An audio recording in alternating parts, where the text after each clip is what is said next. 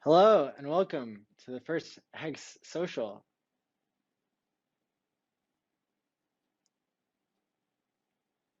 Is it Hey okay? Freddie, how's it going? Pretty good, man. How are you? Great. Yeah, this is gonna be fun. I'm super excited. I'm gonna drop the link here so that other people can join, and Very cool. then we'll kick it off. Very cool. Very cool. Let's see here. I didn't want to have my headset on during the conference. I just didn't think it would look as good.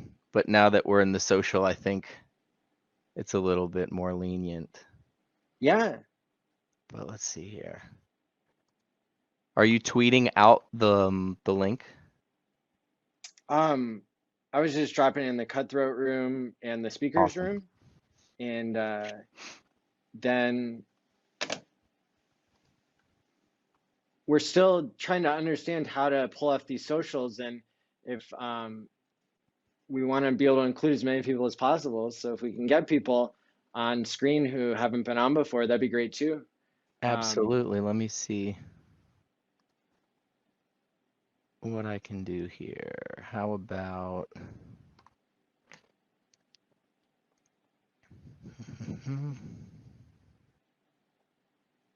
your fans are here. They're commenting. Is there a Well, I way mean, to we're see it? we're all your fans. Can you see the comments behind I this stage? I can see him on the screen. Oh, over here to the right. Yes, I can. Oh, perfect. Yeah. I wish I All could reply. um, I don't think You that I can can, if reply you right. open another window, you can have, you can reply individually to a platform. Like if Gotcha. you want to like mute the window and that's, so I've got set up here lots of, lots of windows. So I can see all the places we're streaming and respond individually if needed. Um, hey, Thank Bitfinesse, Yeah, you so coming that's on? You coming on? Uh, Bitfinesse. I have a lot of I think my average on the Staker app is like 9 years, I think. But Wow. but Long-term thinker. what'd you say? You're a long-term thinker. I am. Actor. I Long-term do actor. Like, I do have a chunk of liquid though, in case we see a moonshot. It's my parents' retirement account. oh I yeah. tell that to everyone. I'll take a little bit of profits. But for the most part, I liked what they were saying in the keynote about how, or maybe I think it was the keynote that I heard it, and maybe it was Krim in the other room there. But your first stake should be really long. I think my first stake was 2 million for 10 years. But I knew I wanted to go long. But I have a staking ladder every 25 days out for 5555, and when it ends, I'm just restaking it for 5555. So it's cool. We're in a fun zone right now where with the big payday Yeah. and everything, I'm actually getting like double to triple my T shares on these original stakes that I had made. So it's pretty neat. It's really neat. And I was thinking about that today, about how that's not even calculated in the price charts, the big payday. Right. It's Yeah. like totally, it's like hidden almost. Like the true profits in Hex are not even It's fully crazy. accounted for. And part of the reason for that is because the your interest gets paid out over a long period of time. So the big payday is really you really get access to that whenever it comes out. But it's still wow. It's still It's very cool to adds up. watch, especially on Yeah. the Staker app. It's brilliant what those guys have done, man. The way that you can just go in and check your rankings. The rankings itself is worth it for the download. Everybody who we onboard, um, let's see here. Everybody who we onboard, um, the first thing we tell them to do is to download the Staker app. Download the Staker app. I'm trying to read the comments and stay up on those at the same time. Yes. And something I didn't get to share during the conference that I want to share now is on all my links, I have a place where you can send people, if they're buying Hex for the first time, they can find links to all the apps and stuff that they need. Hey, look who's here. Hey, Look at this guy. I thought I was in the room with a bunch of folks. I didn't know you were gonna throw me on. Oh. Let me turn this thing down here. I was actually listening. Freddie, bro, man. What's up, brother? Dude, like I've turned into such a fan. Your song comes on, like half the day, 3 or 4 times a day in my truck. Damn. I've turned into like a fan now. That's what's up, man. I appreciate that. Hey, so check this out though. But my wife is completely like oblivious to crypto. She doesn't want to have nothing to do with it after 2017, 18. But I finally got her to watch a Richard Hart stream and she liked it. She was like, this guy's like a freaking pompous ass, but I like him. He's cool. So she dug it. Well, I played your song for her the other day. Really? I think I got my wife over 50% now. She's really? like, she's like on Hex crew now because of your song. So thanks, bro. You problem. pushed her over the edge just a little bit. She ain't there yet, but we're working on it. So my wife, we were headed back. We took a trip out to Gatlinburg right before Halloween, just because we had never been, and it's supposed to be beautiful, and it's a gorgeous little town in Tennessee. It's about an 8-hour drive from where we live in Northern Virginia. And on the way back, Richard was doing a live stream, which was crazy. So we put it on, and it was like a 4-hour live stream. And by the time it was done, she was like, this guy's the one who created Hex. I was like, yeah, babe. She was like, this is riveting. I could watch this all day long. I was like, I know. See, once they finally sit down and watch, they're like, okay, this guy's cool. This guy's cool. Oh yeah, definitely. Yeah. Dig it. So what are we doing? Was Freddie going to perform, or what's happening here? Why am I even on? I thought there was a bunch of people like going to be a social or something. Yeah, well, we just wanted channel? to create multiple streams and give more people the opportunity. I think only 10 people can be on at a time, and so the more people we can have, the better. So now that we have the captain here, we can should we just tweet out, or should we just drop in the chat the StreamYard link, or how does that work? Yeah, fill it up and then just start rotating folks in and through. I mean, I'll jump off and let some new Hexicans jump in here with Freddie if they want, because I don't want to take the slot. I'm all the time on here, so bring on the Hexicans. I agree. More of you, less of me.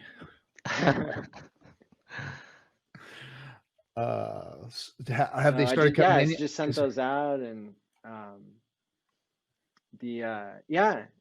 this is fun. I saw you earlier, RG3. I think you were just leaving work and you were driving. You were like, yeah, getting it in, doing your thing on the stream. That was pretty cool. Yeah, well, just keeping it real. I mean, this is where I'm comfortable in my studio with my, pirate on, and this is where my fun place is. But I wasn't gonna not be. I promised Maddie that I'd be on, and work, just one of those things at work where it was like, they put me in the stupid, I was in with the Bobs, doing the whole meeting thing and doing the PowerPoint freaking, fix shit. Oh, we got COVID problems and blah, blah, blah, blah, blah. So I got stuck and I was like watching the clock, like cringing, going, oh no, I gotta tell Maddie. I couldn't even text because I had left my phone over at my desk, and so I'm in this room going, fuck, Matt, poor Maddie's gonna be freaking pissed. And then finally I got out just in the nick of time to even go up there. So I apologize to everybody for showing you rocked it out, brother. And freaking thank you. You did awesome. It made it very exciting. Oh, my favorite Hexican trucker. What's up, brother? Hey, Bifinaz. Hey, he's too quiet. Give me 1 second. I don't know what he's going to be showing, if it's going to be anything illegal. So I'll just bring back on here. Keep your finger on the button. There's been a couple of streams where I have had my finger on the button the whole time, man. It's like, oh, this one's not going to go good. I can just tell. Here we go. There he is. What's up, Biffiness? All right. Now, certain I had a rules question. still apply because we're streaming on YouTube, so we can't have any Yep. guns or ammunition. Good with all that. I actually had a Awesome. question. Now, hi RG3. Yo, what's up, dude? I caught Kinetic's stream the other morning from the pirate ship, and I sent him this message on Twitter, and he gave me a really good response. It's not the response I want, so I'm going to ask this question again, and I'm sure all three until of you guys somebody are more tells you what knowledgeable you want to hear about this than I am.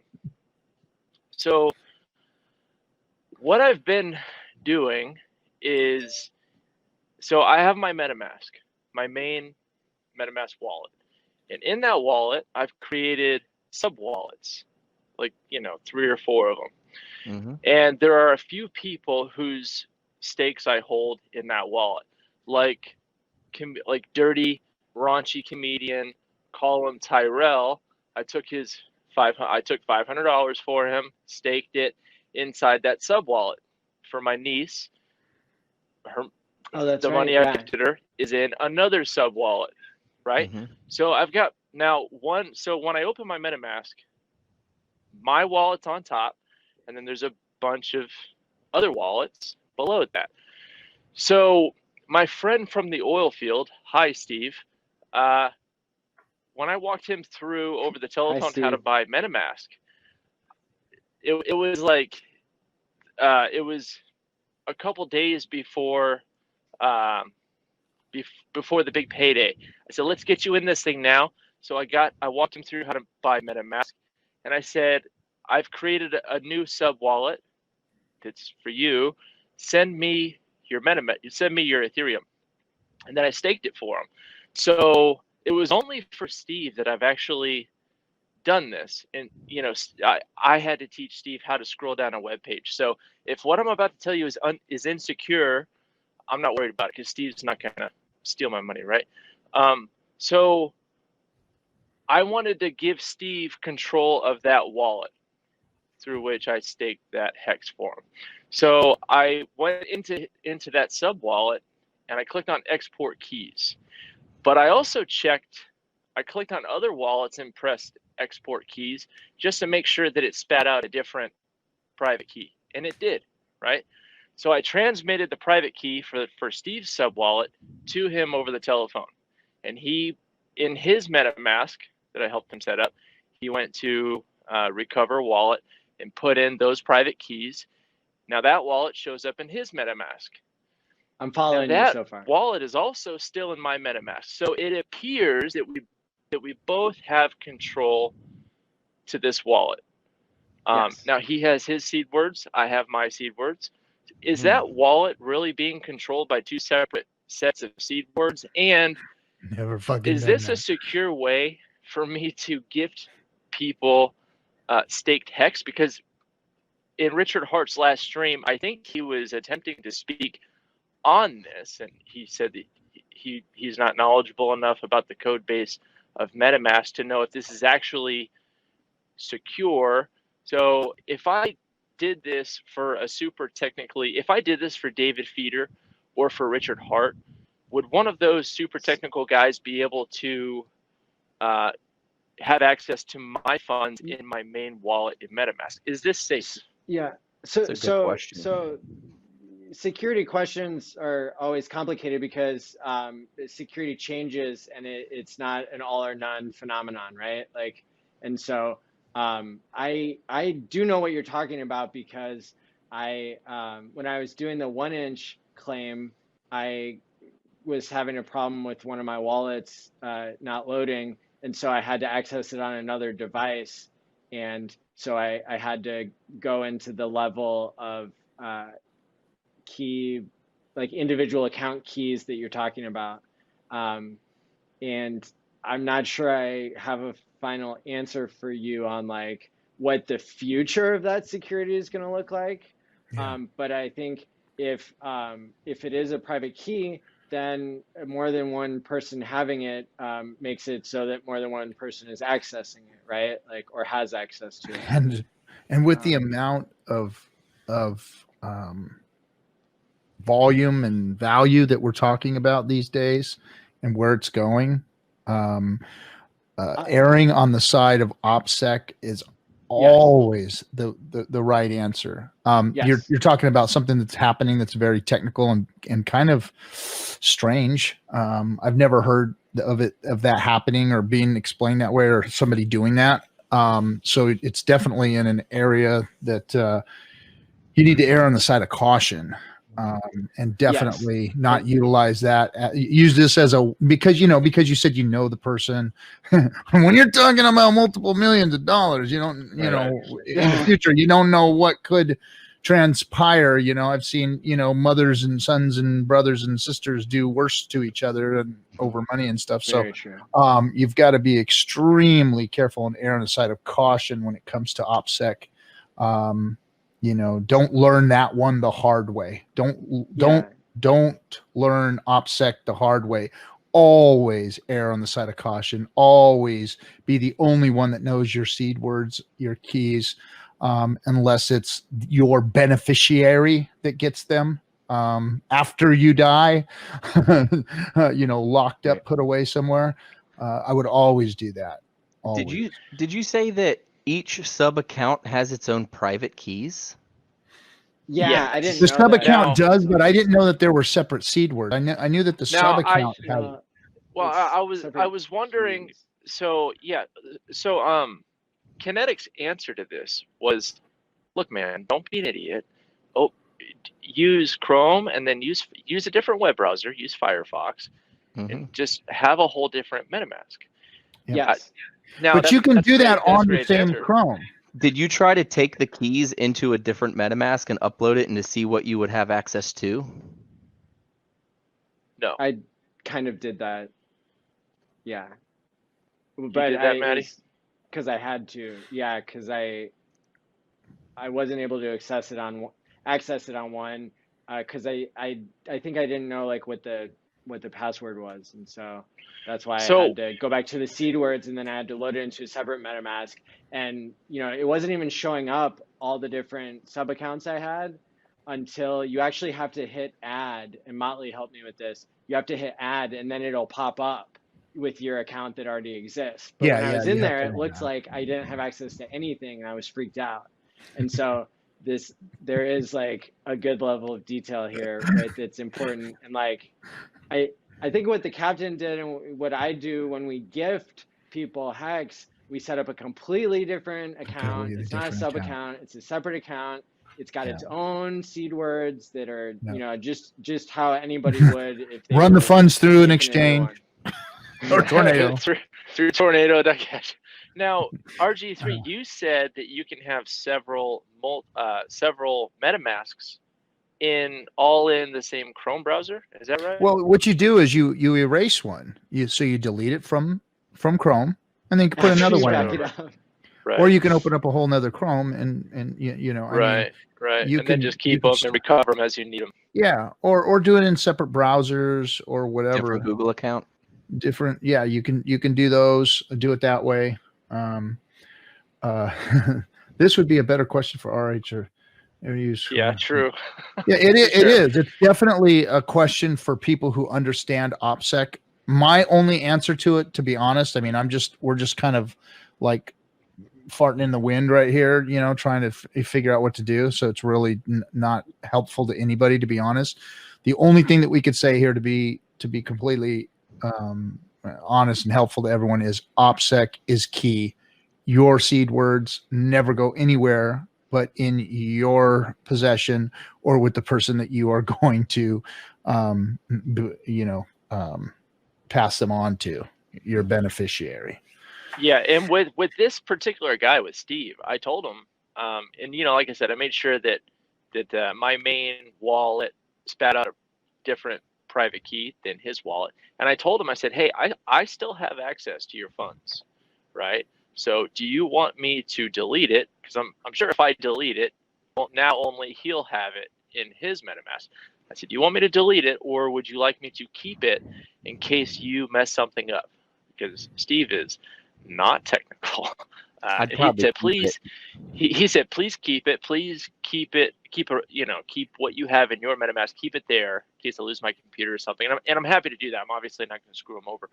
But yeah, I think what would happen is if I recovered a wallet using the seed words, I think it would bring up all the sub wallets that I had in that wallet. But if I recover a wallet using a private key, it's only going to bring up that one individual sub wallet. Again, we're just guessing. But so that's but like you said, RG3, for OPSEC, since we're not the most technical guys, being more safe than you need to be, like however safe you actually need to be, the gap. Yeah, the gap between there and how safe you actually are is that margin of error. That's your security. And if you don't know, you need to be more secure than you think you do. Yeah, and to be honest, I think that the biggest error that people make, the place where people lose the most crypto is they lose their keys, or they didn't save their keys. Yes.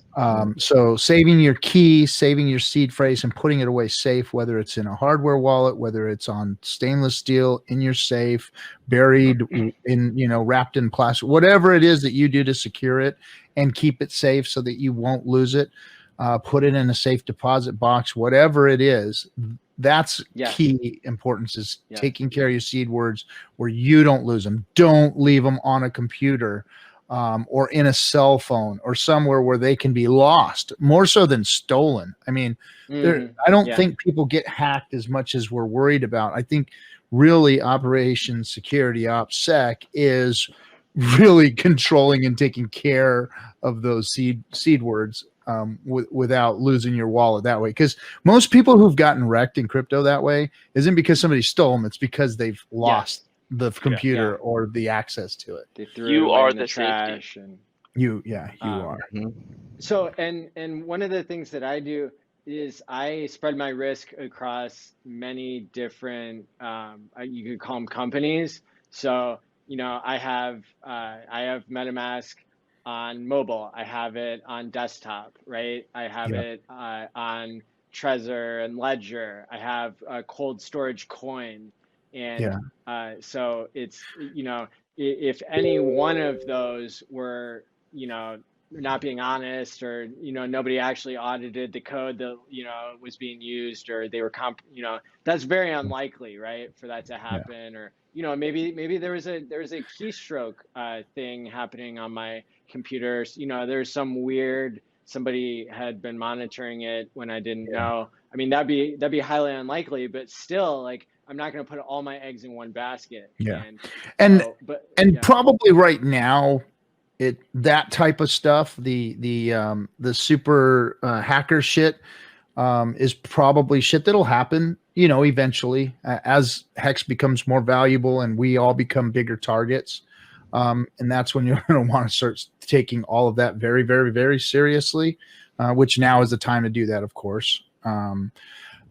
So running through different Coinbase accounts, like, having different Coinbase accounts on different bank accounts where you run your crypto through, in and out, all of those things. But the problem with all that, the problem with setting up all those wallets and different entry and exit points and all of those things to stay secure, you just have to be a good custodian of your two factors, your seed words, your keys.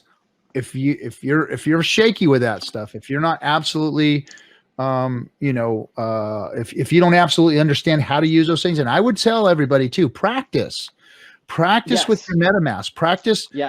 Take a new MetaMask that you have nothing on, and delete it and bring it back and add wallets to it, add sub wallets to it, accounts to it. Play with it. Do those type of things. I didn't do what Bitfinesse is saying, but I have created many wallets. I have multiple Coinbase accounts. I have all of those things set up so that, I can try and stay somewhat. I mean, I know that you guys had Silver on here earlier. I know he knows just about everything about half of my accounts, because he's monitored it. So, I mean, that's and there's nothing wrong. He's a valuable. Yeah, he'll be on another day. Yeah, so he's very valuable to us in that sect that he can watch the whales. But just think, he's exposing that and showing people that, hey, you're freaking dirty laundry and you're dropping your drawers when you put your wallet out there. Everybody can see everything you do and have done. So everybody can see that. So you got to be aware of it. You've got to have multiple positions so that you're not completely exposed. But be a good custodian of it and take care of it, because you're going to be the one to fuck it up more than likely. Oh, sorry. That's right. This is something that I use to gift. You can buy these on Amazon or directly from the company, cold storage coin, for about $20. And I've got the method for how to gift it on my Medium account, which is written out the instructions of how you open up. There's a sticker on the back, and you take the sticker off, and then you punch the private key into a new account in MetaMask, and then you can stake the hex, and then you can give it away on a coin form when you put the sticker back on it.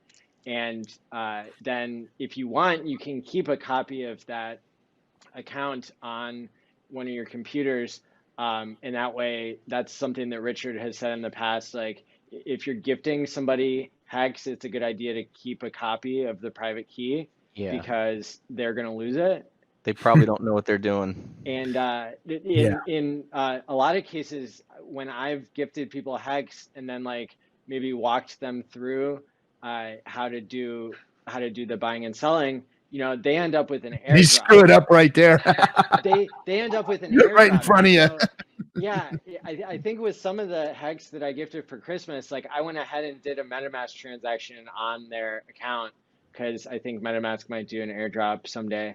And so there's lots of ways that you can gift Hex, just by writing it down on a piece of paper and giving it to somebody, or using one. I mean, this is fireproof, and it's not gonna get rained on, and then you can't see what the private key is. So, but I will say that comedian, that comedian with he's not that bad, but according to PC standards, I mean, he'll never be on TV. He's one of those guys. He's great, but me giving him the public key and it already being staked and telling him just download staker.app,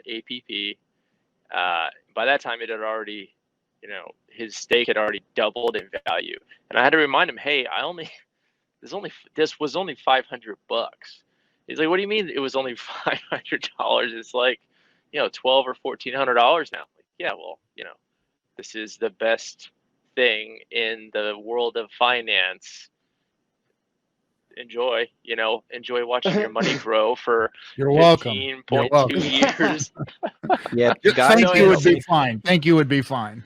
Yeah, the guys who helped me with the video, they had it was my buddy Sean, and then he had two cameramen, and I gave each of them $25K Hex, and it went up pretty significantly in a very short amount of time, and now they're all in. I think one of them staked it for 5 years, and they're already looking to buy more. Sorry, I didn't mean to cut you off, Biffness.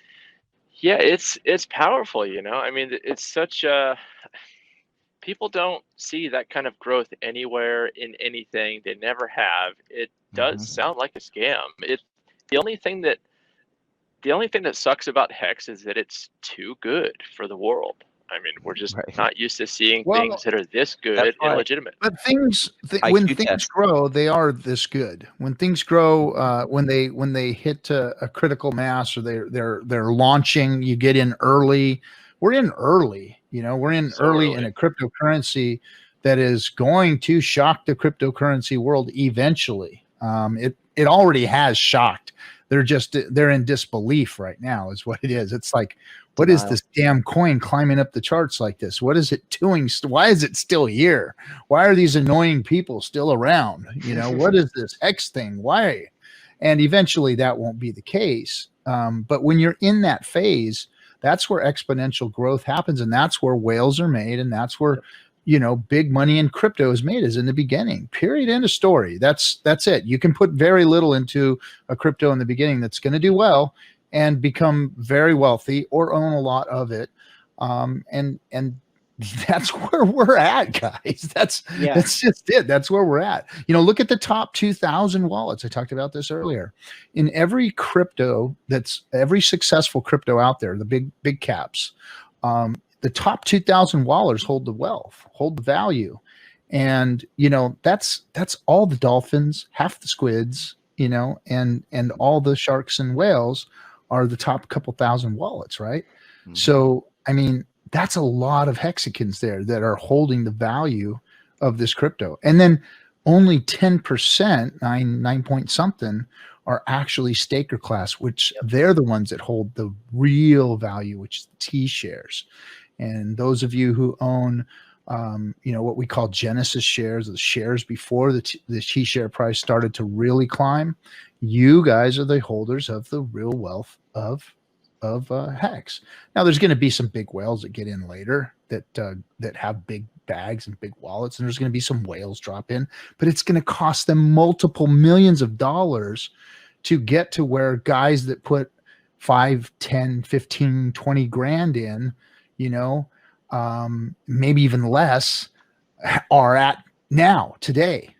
So it's going to take millions of dollars of financial energy to equal some of the bags that hexagons own today that are in that 10% staking class. And that can't be predicted now, how much it's going to cost them, because they're all going to move the price against themselves, and they can't predict each other's behavior. And so how much is it going to cost in a week or a year to be a dolphin?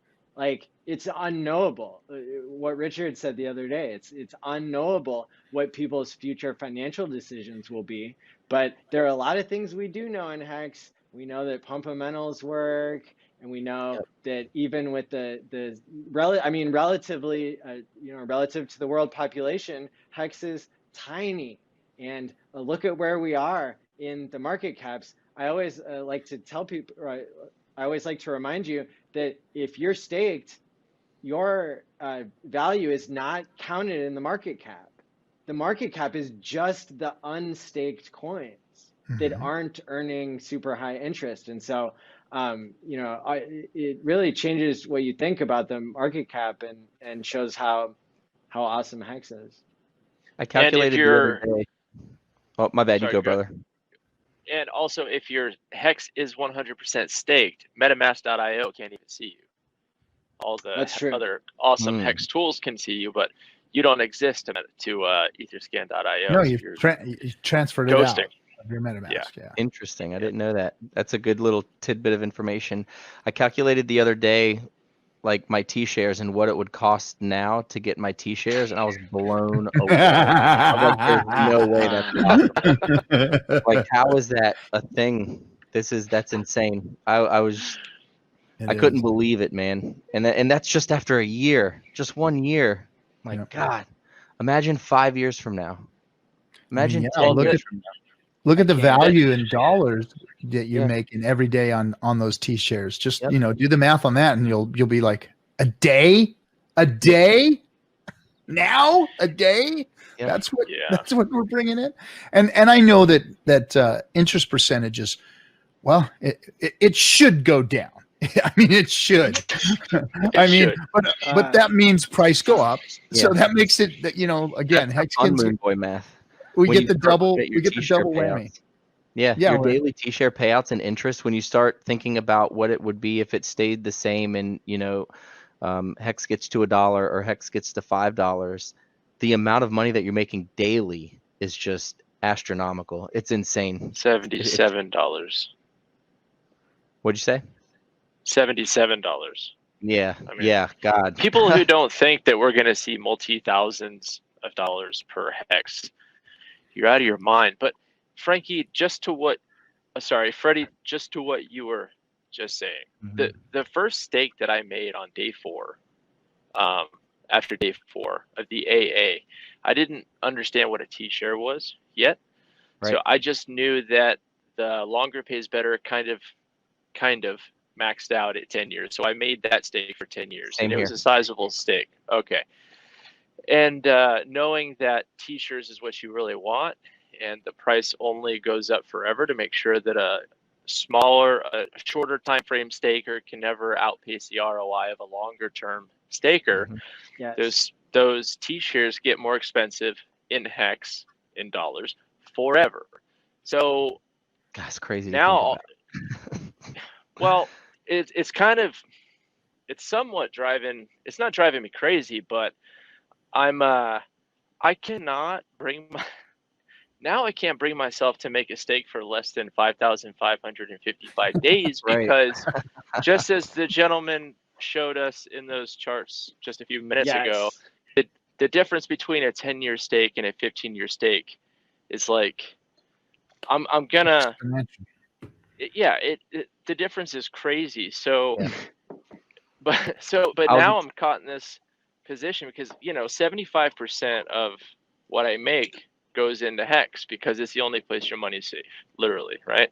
Yeah. So now I'm like, okay, well, at what point, like Dollar Cost does a great job talking about the ladders. I was talking to people earlier in chat about the ladders, but that difference is so big between a 5 and 15, between a 10 and 15. Yeah.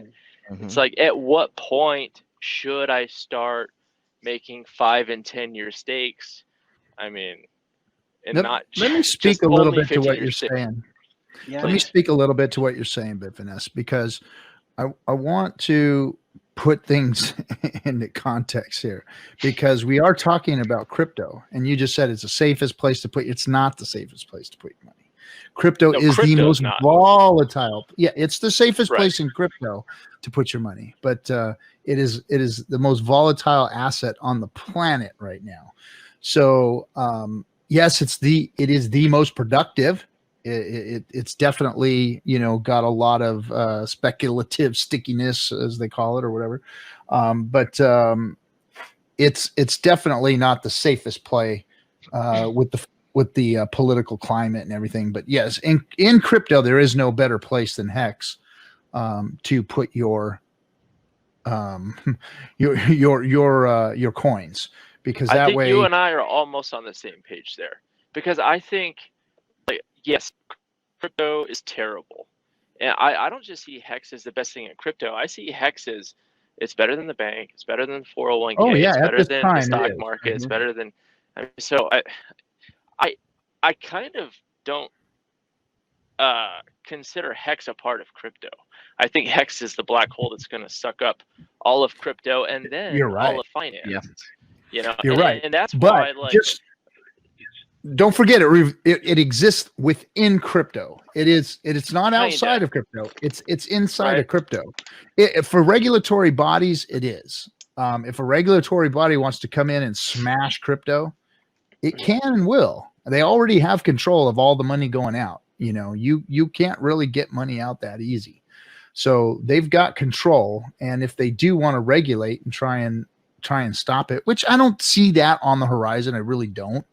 But there's always that risk, and you just got to put it in perspective. That's all. But I mean, you're right as far as saying it's going to suck up all the financial energy like a black hole in crypto. It's freaking amazing what's about to happen. Yep. And they're not going to know what hit them. They're not going to know what hit them because they've been looking at this thing the wrong way, from the wrong side. They've been looking at HEX from the wrong side.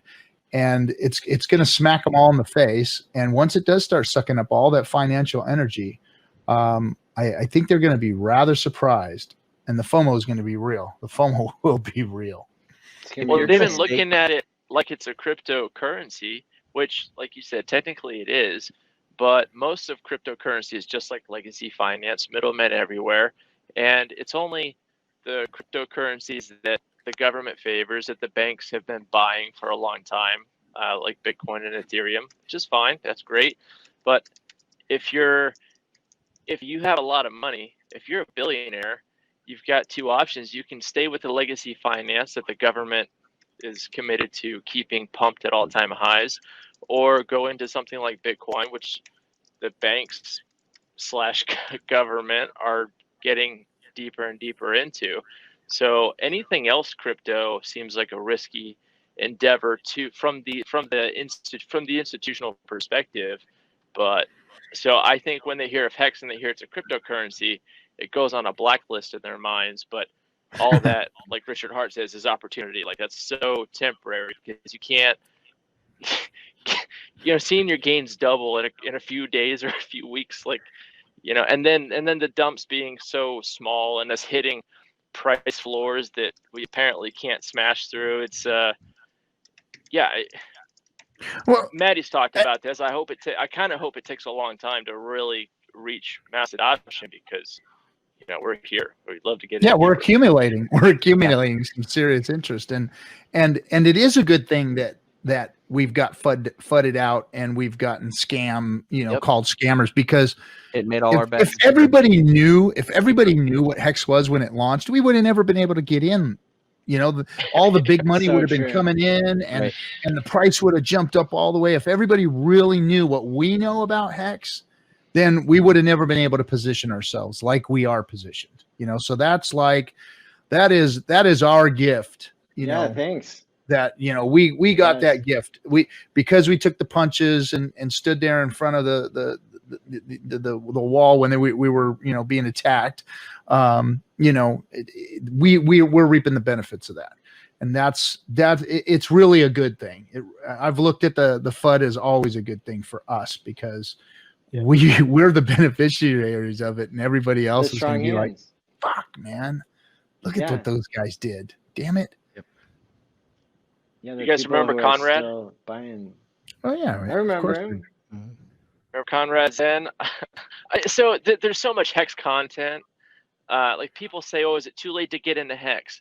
It's not too late to get into Hex, but we might be crossing the line of when it's too late to start.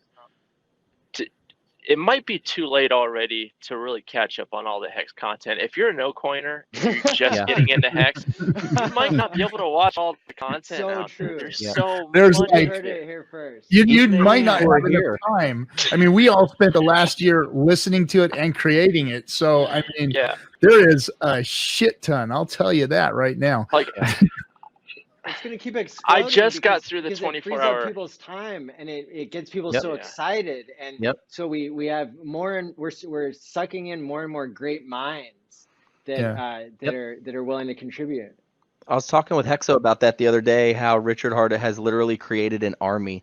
All of these early Hexicans who got in and who are going to be retiring here in the next year or two, they're going to need to spend their time on something. And the Hex content that this community puts out is insane. We're going to take over the crypto space, and it's just going to be soldier after soldier after soldier after soldier, and no one's going to be able to keep up. And even for people now who have been in the game for a year, it's hard for me to keep up with all the content. Like I'm looking and I'm like, God, this person, like they put like, so Joe Exotic, I was on there last Friday. He's done like 3 or 4 more since then. I'm like, bro, how do I keep up? How do I watch this? And I'm friends with all these people I want to see. I want to make sure that I'm supporting them, but there's just so much. Like, I mean, even DS just jumped to 5 days a week. They're doing 5 days a week now.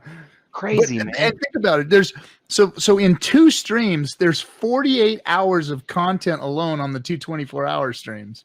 So just to try and go through those 2 streams is like, it would take you weeks to do that, Yep.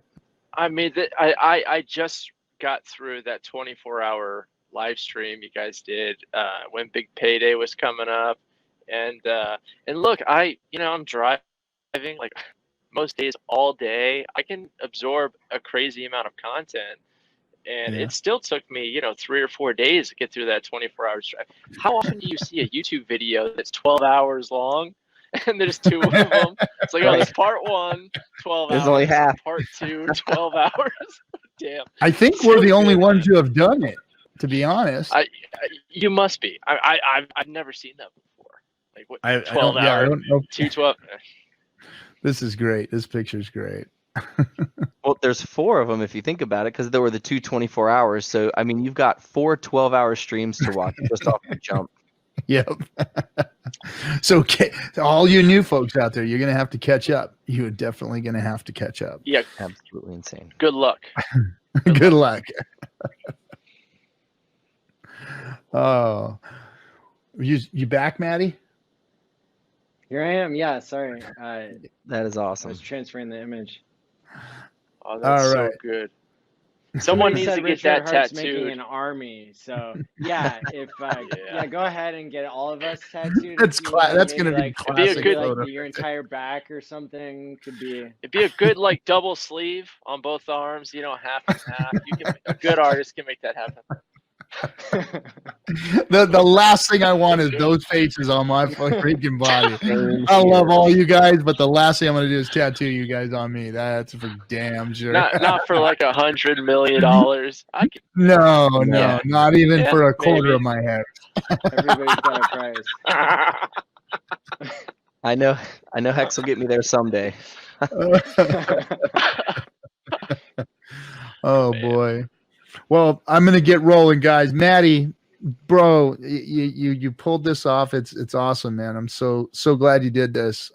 Yeah, thanks for your support. I Yeah. couldn't have done it without you. Yeah, well, don't thank me yet until after you see what happens on my keynote. I'm still trying It's gonna be awesome. I'm still trying to figure out what I'm gonna do. I don't have anything yet, so we'll see what the keynote's gonna look like. I don't As know. long as it's not in the truck, you'll be good. Yeah, I'm gonna definitely be at home for that one. That's for sure. I got bobbed today. That's the yeah. Anyway, You all still right, made guys. it though, man. Nice. You Good to did. see you, RG. Because we're real, Yeah. man. Because we're real. Thanks Because for we joining do what us. we say we're Right. gonna do, right? We don't exit scam. Well, I'm accused of being a rogue. Anyway. Oh yeah, did you write the code for that wheel? Yeah, like RG3 can write a freaking code. Like I haven't even Someone smart saw enough it. to. Like I'm smart enough to even figure something like that out. I could barely click my name on there when Ski Cat asked me to, let alone freaking scam the thing. That was so good. It was beautiful. I was stunned when it hit there. I was like, oh. I was like, oh shit, and then I was like, well, this ain't gonna go over good, and the chat just blew up. Yeah, bullshit. You, yeah, right. Well, you deserve it, man. I mean, you put out a lot of content. You know, the content creators, they deserve these rewards, no doubt about it. Well, it was definitely cool. Ski Cat is awesome for helping support the community. It's all gone back into the production, and and there's still things to pay for and buy and build and what I'm stoked about on that, guys, is that like my crew over here, the cutthroats and everybody, they're like their brains are turning, their wheels are turning, and they're building stuff for DS. So we're going to advance this and create a place for Hexkins to, continue to do this on a regular basis. Whether there's any excitement or not, we're going to be putting out regular streams and see where it takes us, and, put out clothing line and do stuff for the community and, Awesome. and, continue trying to give back and just increase our production. Where everything we're doing right now is going back into it. At first we were going to donate to the party. We were supposed to all have a party in Miami, and then the COVID thing hit and the dip hit. So everybody was like, well, I can't go to Miami, COVID. And, we were hoping for a big pump after Big Payday. And we have had a pump, but nobody wants to spend their Hex, right? I mean, That's right. even if we're sitting here with Correct. you've got some Hex and you're like, even if it's liquid, you're like, I don't want to spend, $1,000 to go to Miami and get a hotel on my Hex. Really? That's going to be like in maybe a year from now, that might be a $25,000-$30,000 trip. Hexer's gonna regret buying that pizza. Yeah, that's it. Then. yeah. Pizza. More than that, RG3. Yeah, more than that. So Yeah. it's like nobody wants to be that guy or do that thing. It's like, okay, do I do that? I mean, literally the money that I spent on the studio, the new mic, the new camera, the new computer, all that stuff. That was lemons, man. That was lemons. I wasn't spending no Hex on that. I put lemons into that and built the studio, That's dope. And so that's what I don't want to spend a freaking single Hex, man. Yeah, I Well, think we're on the and same page there. yeah, I run into the same thing. I So have done well in Hex and but I'm not dropping thousands of dollars on a new camera yet or anything like, like it seems like I'm coming across pretty well. you are, and this, I felt the same way too. I was like, okay, well, I was Yeah. coming across pretty good. I mean, the sound quality on this new microphone is just phenomenal. I love it. But the camera, did I really need to do the camera? But It anyway, looks great. It Yeah, looks really good. yeah, it's awesome. And hopefully yeah, I'll get there When someday with a better camera. RG3, wait, when you're on your channel, and Mhm. especially when you don't speak for a while, and I listen to everybody. Everybody sounds really good. Everybody sounds really, really good. But then you'll speak, and I'm like, wow, that sound is just, it's so it's like it's like clear and butter. smooth. It's like butter. It's Are you It's beautiful. like brown nosing right now? Set us nice. it's It's like nice, man. it's like pirate butter. That's awesome. All That right, made my guys. Pretty day. great. Freaking Maddie, love you, man. Good job. Love you. Thanks. Freddie, freaking badass, dude. Love your music. Thank you, brother. I hope you make more. I hope you make more, because Definitely. man, that's good shit. And Biffines, keep the rubber side down, bro. Will do. Thank you. All right, fellas. Take care. We'll see you guys on Friday for the Later, buddy. keynote. Awesome. Yeah. See you then, brother. Great. Later, guys. Yeah, they've And then done. there Marty, was how long Bree. have you been making music? No lie, man. I think I wrote my first song in like 5th grade. But I didn't start Wow. recording Okay. until I was like 18, about 20 years ago.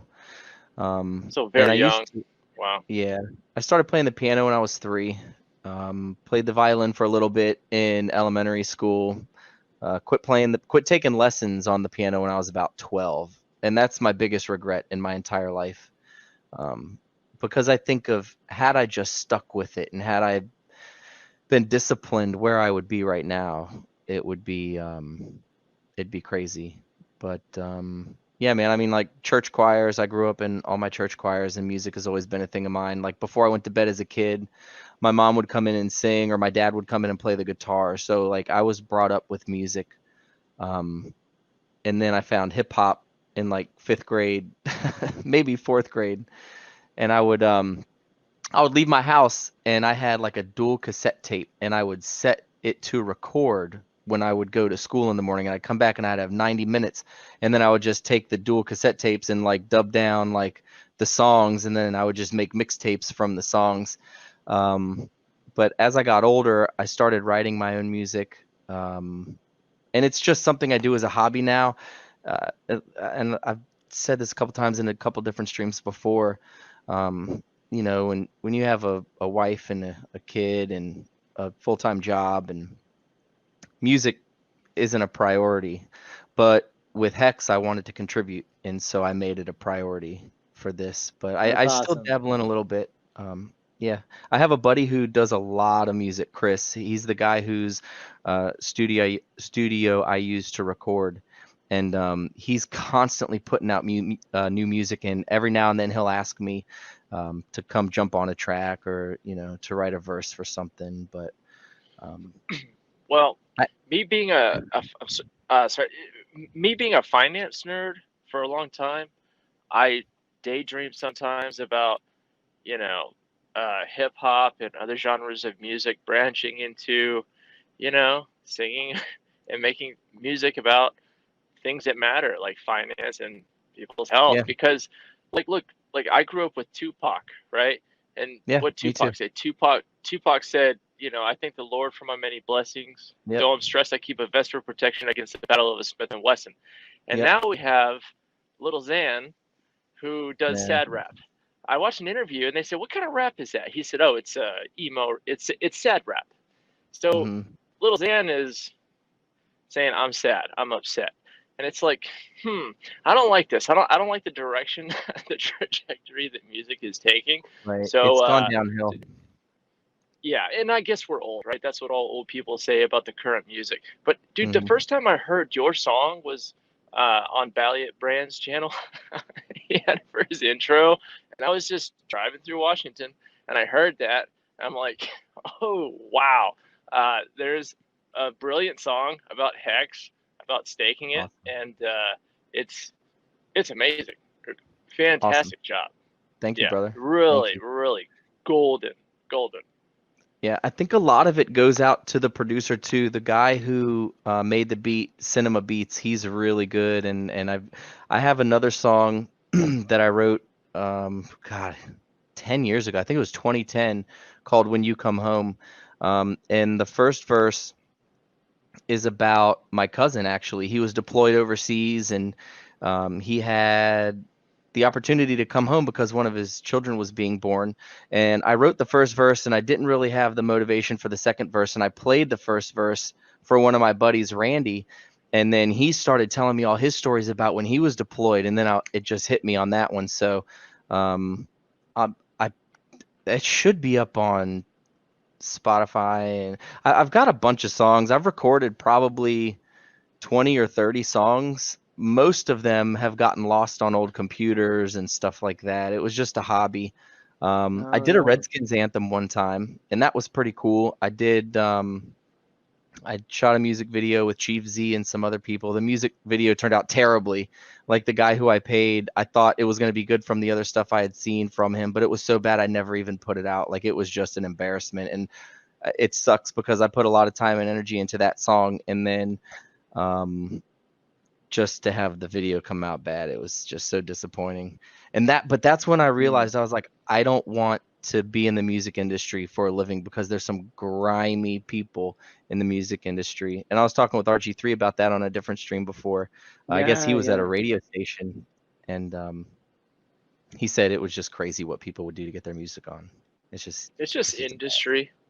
Yeah. I think that's the nature of industry. You know, when you have conglomerates of conglomerates, businesses of businesses, anything, you know, it just gets so top heavy and so big. It has to turn into a meat grinder to exist. And it's an organism, you know, all organisms, whether you're bacteria or cancer, you know, it all wants to grow and prosper. And whether it's good or bad, it's up to us to either kill it or let it grow. And it's a great analogy, man. Do you think Hex is a mind virus? I mean, to grow. Yes, but I think it's a thing that as it does grow, for a long time, most people, especially industry people, they're going to want to kill it, and they're going to try to kill it. You know, they're going to call Hex a scam. What Freddie is doing, and what we're doing to some extent, but even more what Freddie's done with making an awesome song.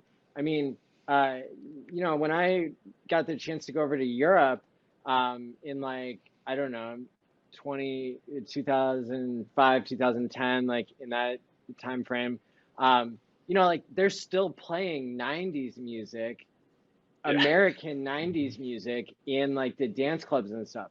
And that's because the United States has, like, you know, exported culture to be part of a superpower just as much as, you know, exporting military power or something. And so I think like the influence that celebrities and that musicians and artists, that goes a long way, and that's one of the things that I think is really cool about what the work that Freddie does, especially for Hex.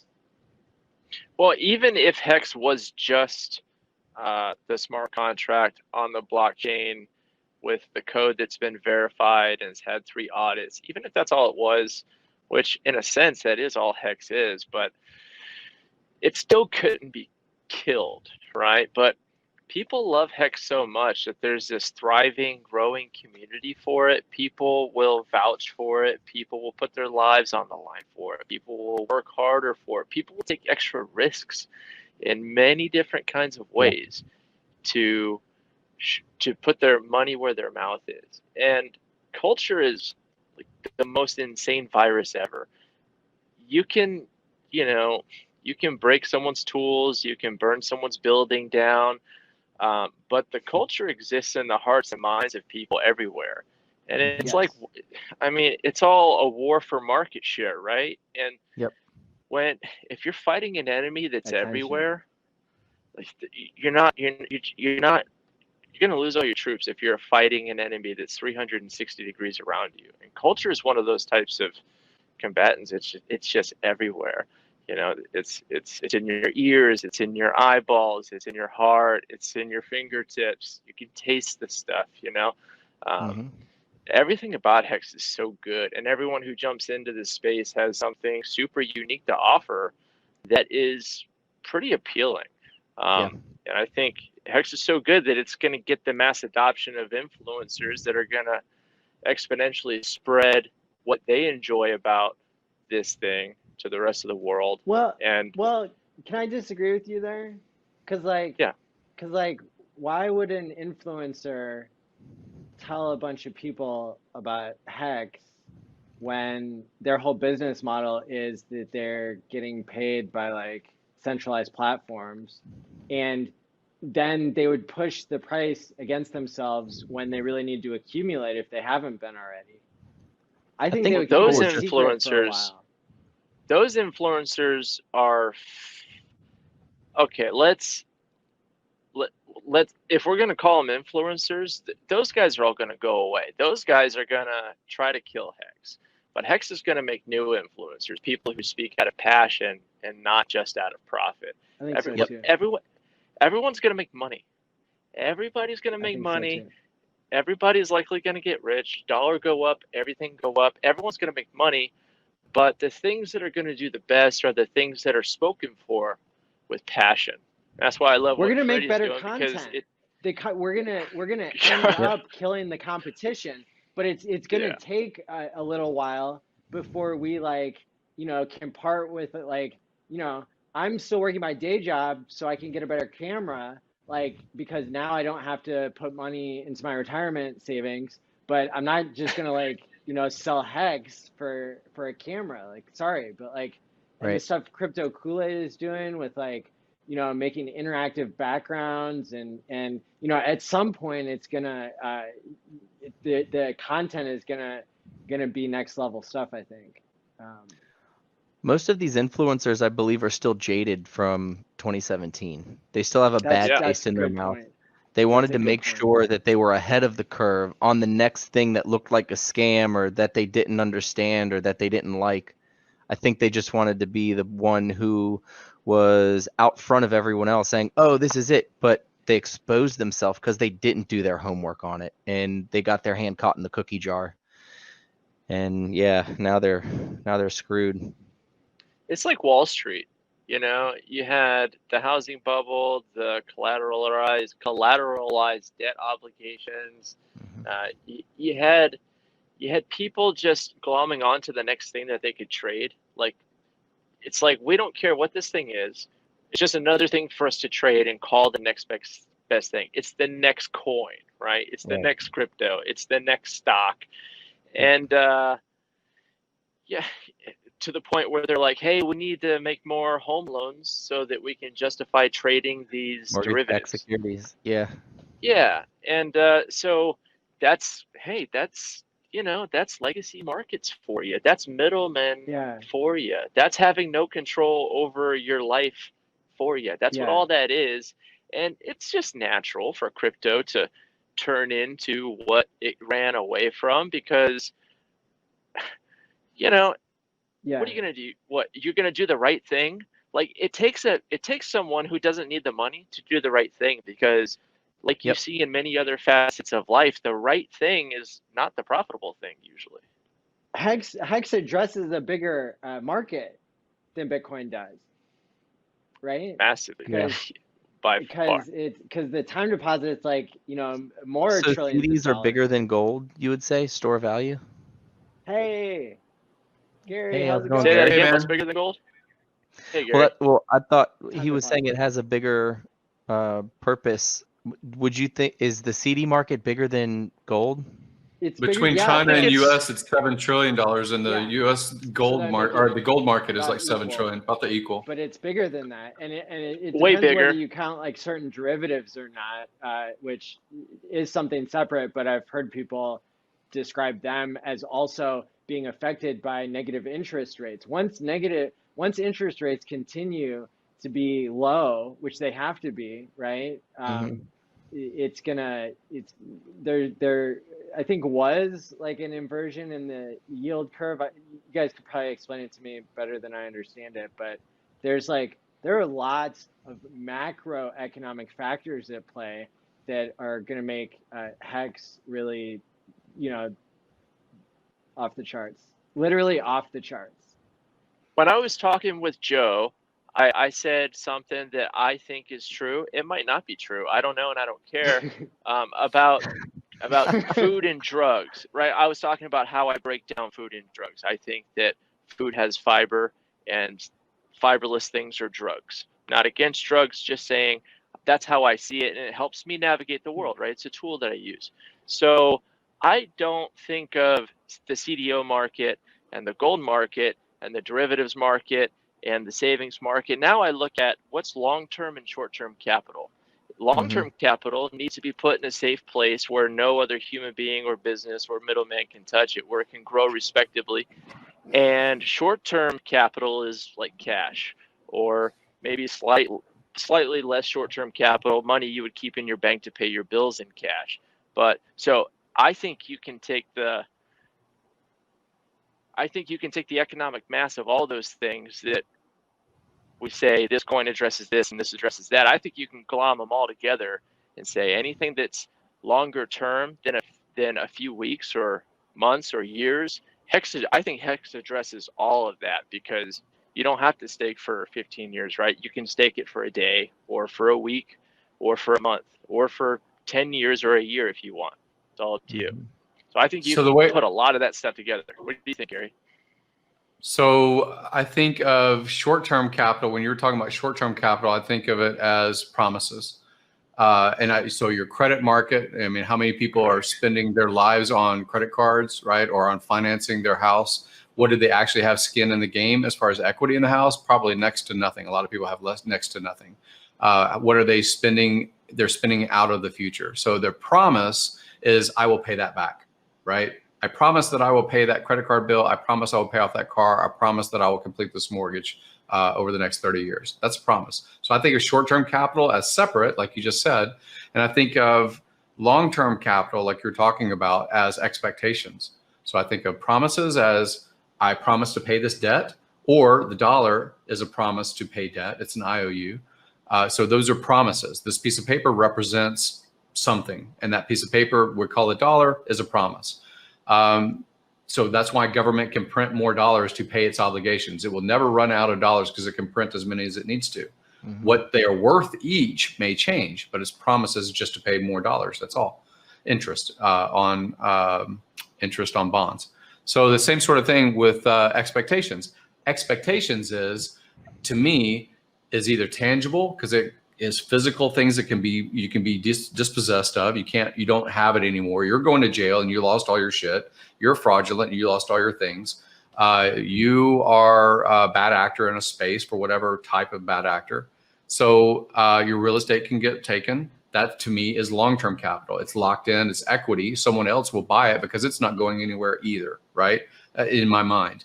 So in my mind, physical gold, physical silver, crypto, certain types of crypto that can be cryptographically proven to be really there, or whatever, I like calling long-term capital. That's the separation for me.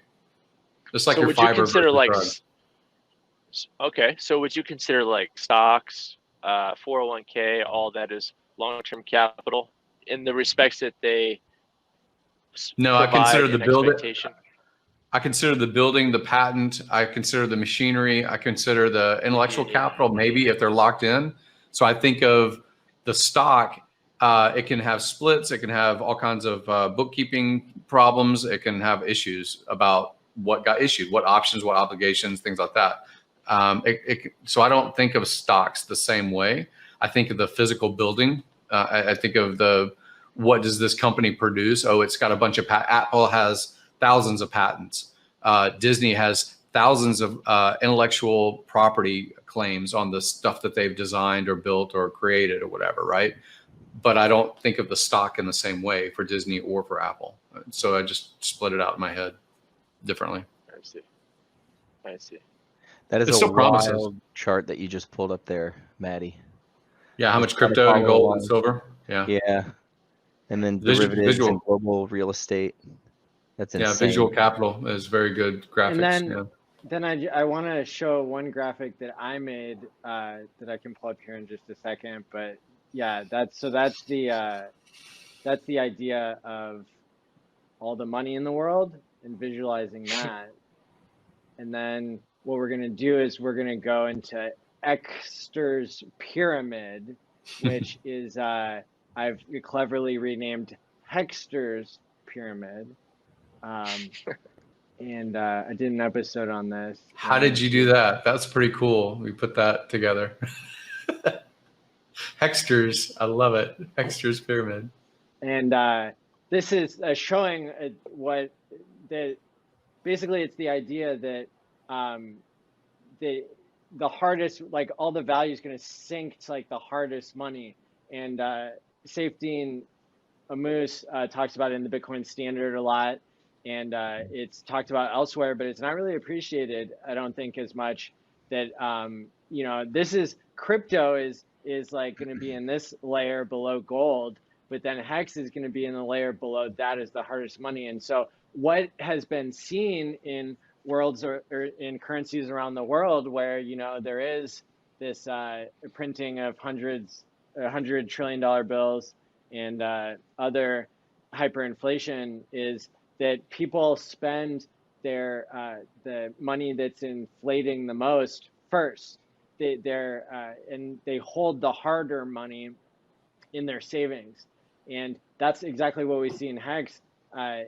Is what we would expect, that, you know, all of us, like we would rather spend our dollars than our Hex. We would rather spend our Bitcoin than our Hex, right? And that's because we're as mostly rational actors, or actors that are becoming more rational. We're able to realize, even without really putting our finger on it, that that this is more valuable, and so we hold on to that the hardest. Well, it's the same sort of thing that happened in it's not Venezuela's story. I guess it's Venezuela's story. Is that the moment that they would get money, they would buy washing machines and, you know, physical items. You would buy things because you're basically trying to lock that value, right, before it deflate or inflates away. Identity block. This is a $100 trillion bill. Okay, 100 trillion. I'm not a Zimbabwe billionaire. This trillion. Get it right. And so it's like a T-share. Yeah. So it's a T-share. That's a Zimbabwe T-share, bro. And I have a store where I sell these along with a coin you can load with Hex. It's called a T-share coin. I love it. That's pretty funny. Well, all they weigh goes there, right? You have to use so much of the money. It's weighed. It's not counted.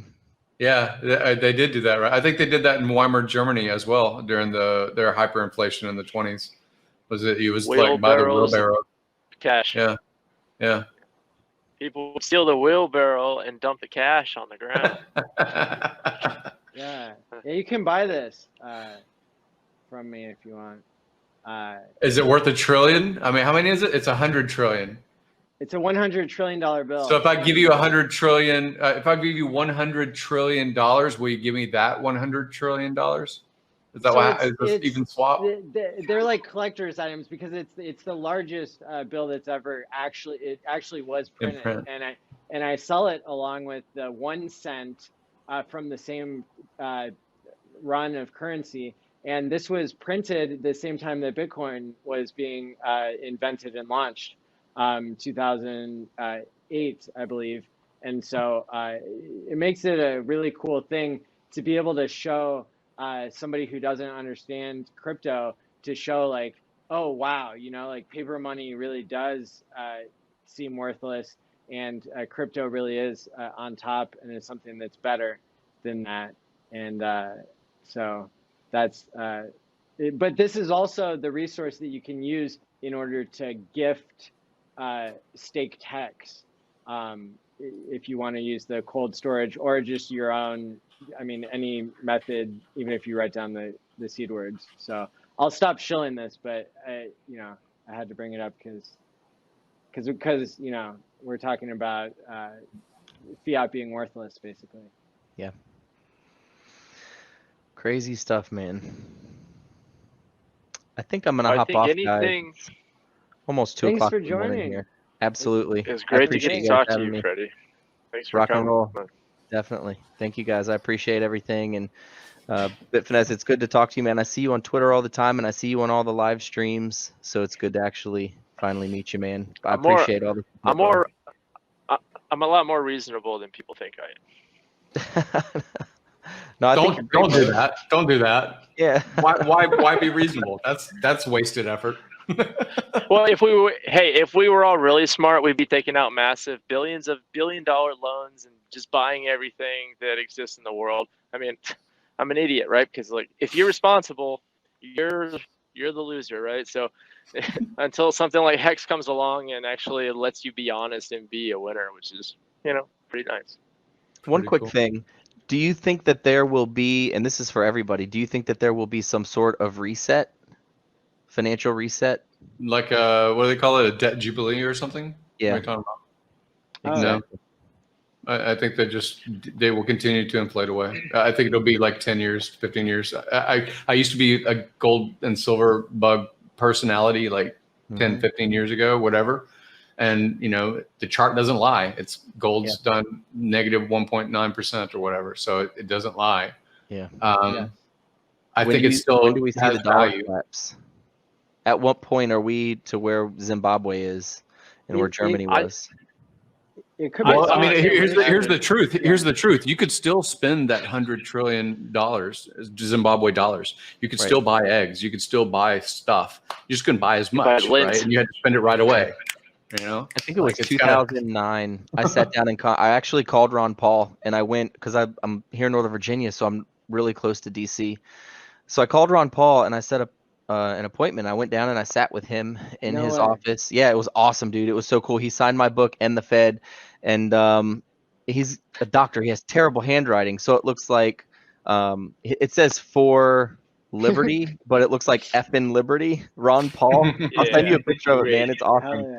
But I asked him the same question like 10, 12 years ago, and he said the first thing you're going to notice is food. You're going to see food. The price of food is going to skyrocket. That's the first thing that you're going to notice. And he said it's impacted by everything else. He said when you start to see the price of food go through the roof, he says we're very close to hyperinflation hitting and things not being good for anyone at all. That's why, they say about the 4 pillars. It's almost like the prepper pillars. It's not just about the resources and what you put in your basement or something. It is about your community, because it ends up being your first tier of barter. You're going to say, okay, I guess we're going to go to this. Like, you've got that service, I've got this service, you've got this product or food, I've got that product or food I can produce. So, that's why rural places and agricultural places will be more insulated in general. Mm-hmm. They're not as dependent on like trade for your calories. You have to trade dollars for your calories right now. What do you actually produce, even if you're a graphic designer and people aren't buying graphic design services? Right. What do you actually produce, right? Do you grow your own food? Do you trade things? So like the rural communities usually will be fun. There's plenty I would offer kind of a different type of take that I think it could be a smooth transition. I think a new central bank currency, I think could be a good transition, because it'll digitize the dollar even more than it already is, and it'll basically make it so I think that the value is going to continue to erode of the dollar, but I think that people are kind of stuck in that system, and we could see the government like just take over Coinbase and say, oh, that's ours now, and that's going to be what's going to be under the dollar. So you still have the dollar, but there's going to be crypto backing it basically, and they're going to continue to erode that value. And so, yeah, it'd be like Tether. You can look at all the Mike Maloney stuff. I mean, he produced a long series about the history of money and dollar and all that stuff. Like Mike Maloney on YouTube is really good about that. And then most people, we call it the dollar. Your grandparents called it the dollar. Your great grandparents called it the dollar, but they were different currencies. They were different from each other. So they had silver backed and they had Bretton Woods and they had gold standards and they were all, the continental dollar was a certain amount of silver. So we call it the dollar, but it's just a familiar term. It's morphed over like every 40 years. It still morphs. It changes. And technology is a deflationary force, is what Jeff Booth said. And so that's actually counteracting. And so we would actually live in a much more abundant state already if our value wasn't being eroded. And so there are these two factors at play, but some people argue that at any moment, or whatever it is, like a technology could make a leap forward, let's say with artificial intelligence, and all of that's a game changer that does create more abundance in the system despite all the overspending. And so I think that if we look at incentives, the modern monetary theory, like that's taught to all economists because that benefits people who are already in power, but that printing it more is okay, but that doesn't make any sense. So I think it's the more that we all are able to share the different wise things that we've learned. I learned stuff from all of you, and it's really awesome. So yeah, I think it's going to take a lot longer than any of us can maybe imagine for the dollar to collapse. I thought the dollar was done in 2008. I was wrong. I'm probably going to be wrong forever, at least for the rest of my life. I think everything's just going to keep going up, and I don't think we really know how high the prices of everything can get. And it might not be until maybe 70% of the population is dirt poor and actually can't buy food before something takes place, like the dollar crashing. Like what we know that all these dollars get printed, and a lot of them get put into the stock market. I suspect that there's been so much inflation in the stock market that just printing dollars and putting them in there is not as effective, for the same reason why as Bitcoin's price gets higher, it's harder for it to go even higher. So I think we're going to live in a world maybe. Yeah. And, I think we're going to live in a world maybe very soon where if you want to spend an American dollar in America, it's going to have to be at a business that is listed on the stock exchange just to help keep that thing pumped up. And they kind of have to keep it pumped up, right? Because if they don't keep it pumped, they start letting it do crashes and make major dips. That money comes out of there. And then it's it like might sequestered carbon. Something like the dollar. Yeah, that's an interesting. But is Bitcoin going up or is the dollar going down? I thought about that today. That's hard to think about. A gallon of gas is cheaper today than it's ever been. A bag of potato chips is cheaper today than it ever has been. You just takes a lot more dollars to buy them. But this stuff is cheaper. Things are getting cheaper. Far cheaper to produce, far cheaper, far less human capital, far less human effort, far less land area to produce a certain crop. It's far less real cost to human beings, but the price is the same or higher, right? The same or higher because we do have more dollars chasing after the same goods and services, the same amount of goods and services. Yep. It's very. What we can do is we can just decide as a human race to be smaller people. We only date people shorter and smaller than ourselves. And over the next 30 years, we've got it solved because we'll all be 1 foot tall midgets. I've got the solution right there. That's what I'm doing. My little hottie Mexican girl is like 5'1". She's tiny. I read something that said in 1,000 years, everyone's going to look the same. It'll just be one race. It's not going to be a bunch of different races. It will be great. And then we'll hate each other for our hairlines. You got that hairline, you suck. I'm gonna kill you and your family. It's like, whoa, man, it's just a hairline. All the Hexicans will be able to, do that longevity program that Richard's going to start, and check in with us in 1,000 years and see if we all look the same. Yeah, It's already Richard, started. we've got the Hex locked. Hex is a life extension technology Program. Mm-hmm. Absolutely. But Something crazy to think between about. now and then. Sorry, go ahead, Freddie. No, go ahead, brother.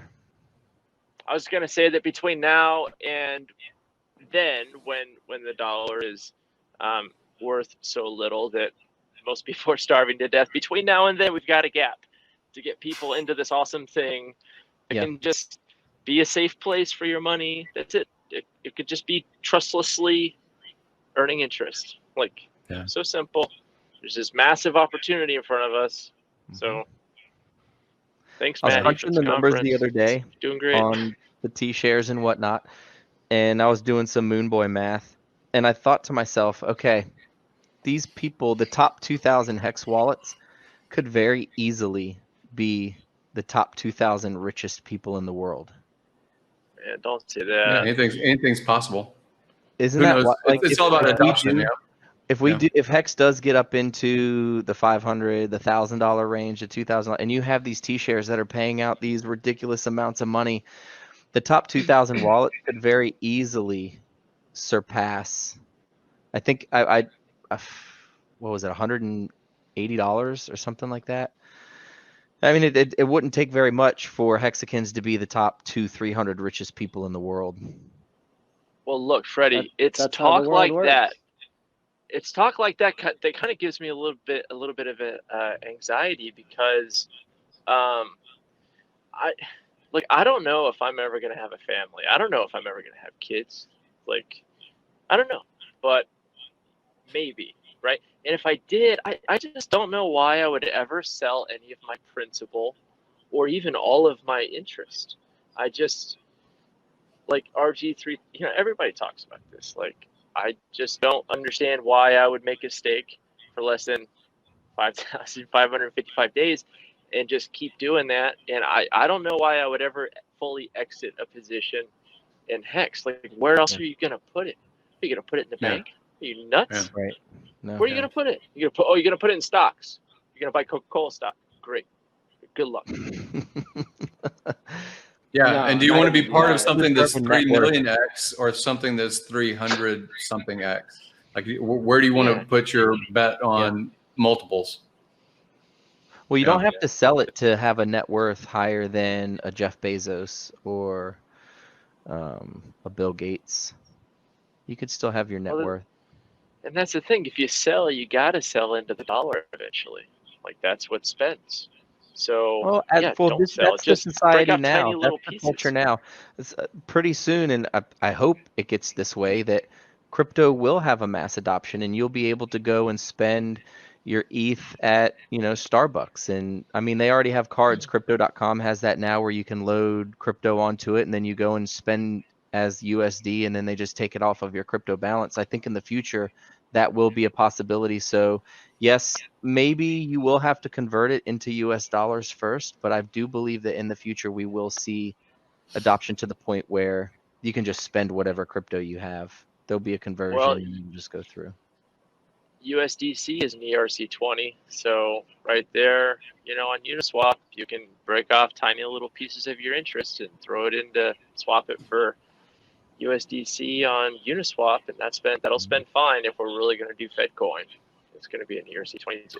Can't build. It might be something. It might be something instead of being like a central. I mean, potential. Like you were saying something about the dollar has to be spent at these bigger corporations. You were saying that earlier, or even it migrates down to the smaller businesses and so forth, and say, okay, we only accept dollar here. It's kind of what we do now, right? You only accept dollar. You don't accept UK pound or euro or whatever. You accept dollar.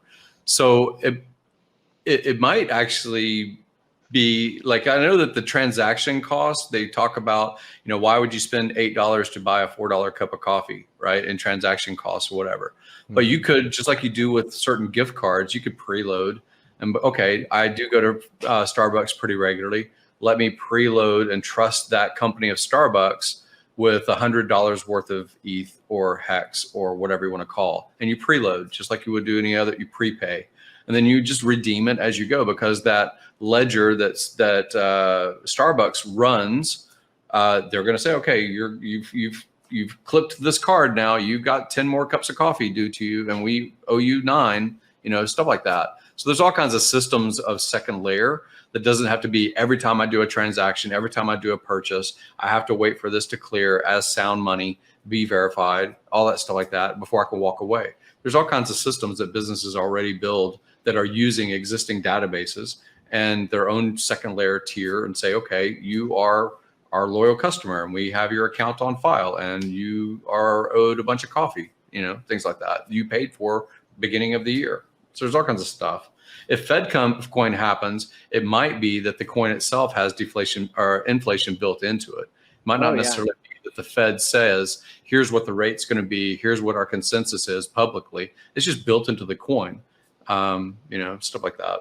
Well, I think whatever we do decide to actually spend with as a world, right? Whatever we decide to spend with, that thing is going to have to be so almost valueless that I just have this suspicion, this thinking that whatever it is, it's going to be something that can just be printed into oblivion, which is fine, but so long as you're not keeping your transfer of value and time in that thing, right? So long as there's a thing that actually holds value, you can put yourself into. Who cares what the spending thing is? Let's use blades of grass. The only reason we don't spend blades of grass is because everyone can grow it, but that's what the dollar is, right? Everybody's printing it. You might as well be. Paper. Yeah. Yeah, it's ridiculous. So yeah, hopefully it's something virtually worthless that we decide to transact with. That if a bunch of it gets stolen or lost, like Gary said, it's no big deal. I held this $100 in this thing as collateral so I can buy a cup of coffee. No biggie. Yeah. It's not where my whole why life would you is. why would you want money that's not programmable? If you had to choose. Yeah. What do you want? You want money that's not programmable or money that is? I just want an endless credit card. I don't even want money. I just want to be able to swipe something that I had no consequences. Unlimited. And they'll be like, yeah, I think I owe a bill. I have no idea. They don't ever send it to me. Okay, now that's a good system. An endless credit card. I mean, look, if they print $6 trillion, I've heard this argument too. If they can print $6 trillion to solve the world's aches over the economy this past year, why do we pay taxes? What's the reason that we pay taxes? Well, because eventually it has to collapse. Eventually it has to collapse. You can't, if you can say, why do we pay taxes at all? If you can just print the money, pay the government, pay the war machine, pay whatever you need to pay, but why tax me, right? So it's the same sort of thing that every society goes through over 5,000 years of history, is that eventually that comes back to roost. Eventually that doesn't, you can't print wealth. Yeah. It's a Ponzi scheme. Do you know why I pay taxes? I'll tell you exactly why I pay taxes. I pay taxes so a group of dudes with guns don't show up to my door. I wasn't saying don't pay taxes. Get this straight. Anybody's in the audience, pay your taxes. I love pay taxes. Your taxes, everybody. Especially with my jurisdiction. Yeah. Give to Caesar what is Caesar's. Yeah, Puerto Rico is very nice to tax people. Yeah. Consider taxes in Puerto Rico. Oh, we're all. Don't you have to be there for 10 years first before you can take advantage of the tax breaks? First year. Really? You just have to live there for 6 months, right? 6 months out of the year. 181 days of a calendar year. 181 days. You said 5 months. If it's a weird year. If it's a weird year like a hurricane, they'll forgive it, for a 30-day period. But basically, what it is if you ask your friends, neighbor, if the IRS or state governments ask your friends, neighbors, relatives, and so forth, and they say, where does he spend most of his time? And they say, oh, he's always in California. He is only here like 2 months of the year. You're screwed. Like, you didn't pass the closer connection test. So you can do 181 days and keep it audited and provable. You can have all your friends, neighbors, and utility bills and registration and documentation that you really are a Puerto Rican. And you can build an e-commerce company and thrive.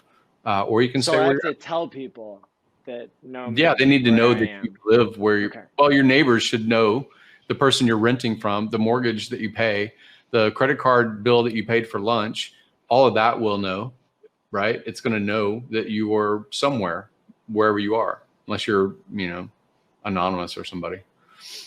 Yeah. All right. I really got to go, guys. I appreciate you guys having me on here, and I always enjoy chatting with all of you. Coming up on 2 o'clock in the morning. I got to be up with my son in the morning. It's 3 o'clock here. We'll see you next time. Where are you? Thanks, Freddie. Where are you You're at? Where is it? 3 You're o'clock? East Coast. I'm in Puerto Rico. I'm in AST.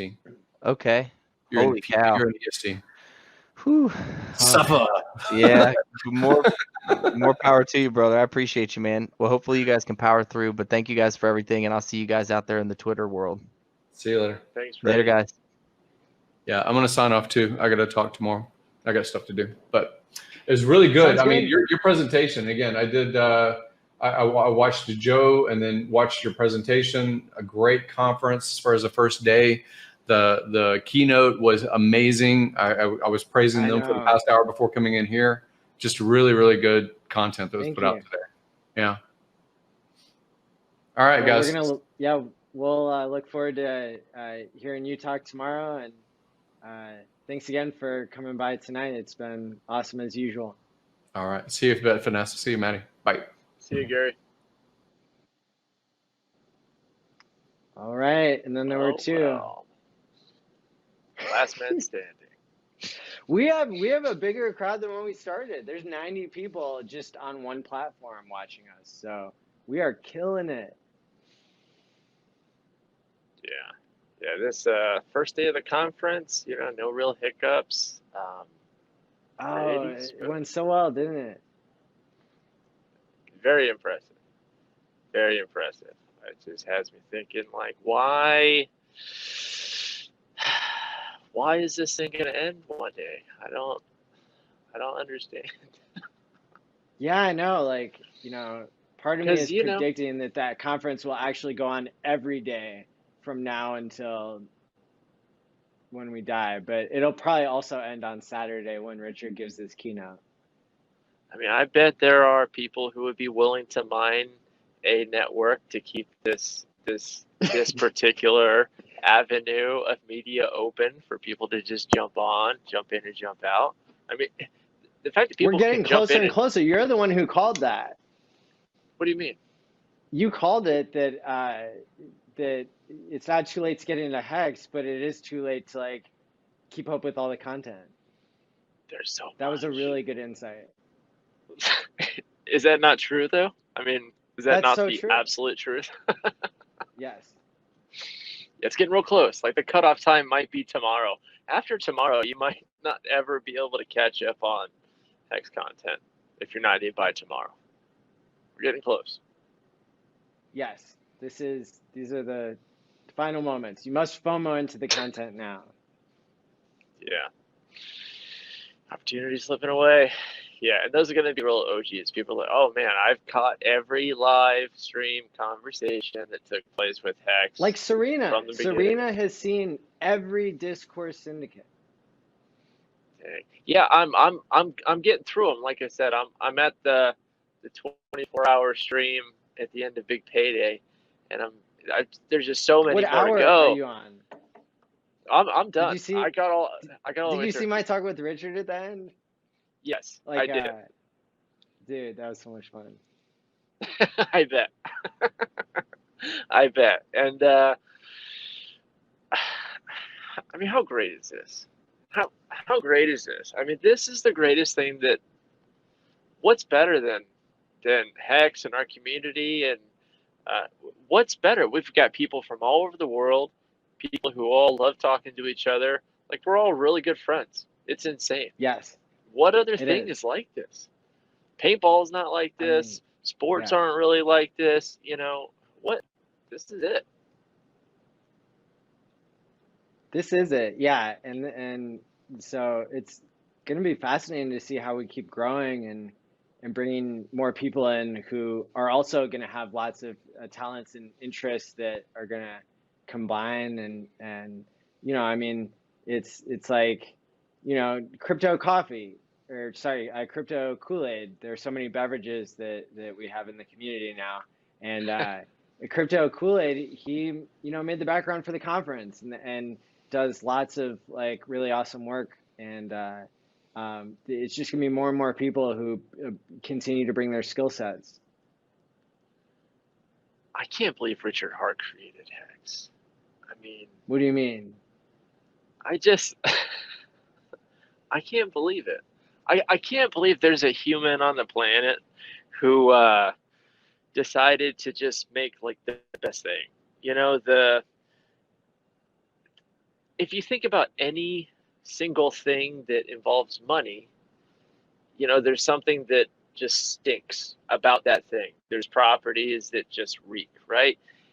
And you just sat down and thought, okay, what's the best way to do this to incentivize good behavior, to incentivize people holding their money in a thing, because in crypto you're gonna have to hold it for a long time anyway. Like what's the best thing? What's the best thing that gives power to people, to keep people's control of their own money in their own hands, and to provide them a return without having to relinquish that control? What's the best thing? What's the best thing? Like, what sucks about the stock market? What sucks about 401k? What if we just delete those variables that suck? What sucks about, what sucks about the Federal Reserve? I love the Federal Reserve, except that you and I, my friend, are not the first ones to get the money. Like, that's really the only thing that sucks about the Federal Reserve. Yeah, that's the problem. Right? Agreed. So it's like, just Hex is just this one thing that just fixes all of that. And I'm like, yeah, I don't know, maybe I'm like, it's just somebody built that. Income inequality. It doesn't fix income inequality, but it is still a better system. But there can never be income equality, right? Because like I think the work you do for society is far greater than the work I do for society, right? So I don't think we need. Well, but you're transporting physical goods, which is absolutely necessary. I mean, it depends on to whom, right? You need to stop considering yourself to just be doing that, because you're a thought leader now in Hex, and it's because you have such good ideas. This is a meritocracy. If I was way more terrible than I am, I wouldn't be here with you, and likewise, it's like you are contributing a lot of value, and so that that's a product, right? Like advancing ideas, being parts of a think tank, and all of us kind of going on each other's shows and adding value and ideas. Those are all probably evolving. I mean, that's how it feels to me. And there are some people. There's one person in particular who has messaged me and like has so many deep insights. And it's like, they're not really interested in making them public, but it's there are some people out there who are playing the game at a very deep level and having an understanding of Hex at a very deep level. And it's, even Richard has, admitted that there are parts that he understands better now that he's been watching the system operate, and he didn't initially predict that people would early end stake to get more T-shares with the stakes that they made that were too early, and all that kind of stuff. It's so cool to see everybody in the community growing, but that's a result of what you and I are doing right now. Well, yeah, 100% correct. Look, Maddie, you and I can disagree all night about who provides more value to society, right? In the end, here's what we can agree on, is that you don't deserve to have your blood drained from you, and neither do I, right? Like, we shouldn't have our value just sucked away from us, right? So let's let society determine what we as human beings are all worth, respective to what we decide to provide society, and then let us take whatever we are paid for our work, and let us have a place where we can put it where it's just not going to be drained, and maybe it can grow a little bit, but but a safe place, right? So Hex being here, it's like, great, now we can have a meritocracy because people can store their value somewhere where it can not be affected by what the governmental and the business environment is, for the better or for the worse. Technology is creating abundance, and it's going in an accelerated rate. And so I am super optimistic about the outcome. One of the things that I skipped over on my speech tonight because I didn't have time and because it wasn't as well polished is this idea that Stephen Hawking was obsessed about when he died, was the Fermi paradox. And it's not the Fergie, right? That's a different paradox right. than the Fermi paradox. But this is in astrophysics where they say, why haven't we found the intelligent life out there? It's got to exist, right? And statistically, it should. And the unfortunate answer that Stephen Hawking reached was that he worries that all intelligent life destroys itself, and that it's part of the base code of intelligence. And when you evolve in a competitive environment, that the fittest gain so much power that society, the morals don't evolve as fast as the intelligence, basically. And I think this, if it has played out, millions of times already in the universe, where intelligence has been created and then destroyed itself, I think I'm still hopeful that this time could be different because there's this new thing that's never existed. I know that's, we'll just have to see in the next 1,000 years. Hopefully, all this life extension stuff will work out and make us still as healthy as we are today. But the idea is that crypto is more than just money. It is a decentralized trust system, and it allows for decentralizing of power, and possibly that could lead to a more abundant future and a different outcome when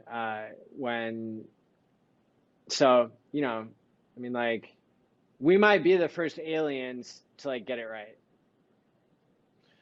Well, I have to assume that everyone along the way has figured out that trusting people, being forced to trust people, like trust who you want, but being forced to trust people sucks, because the response is obvious. Like, you have to trust me now. Now I've got you in my clutches, right?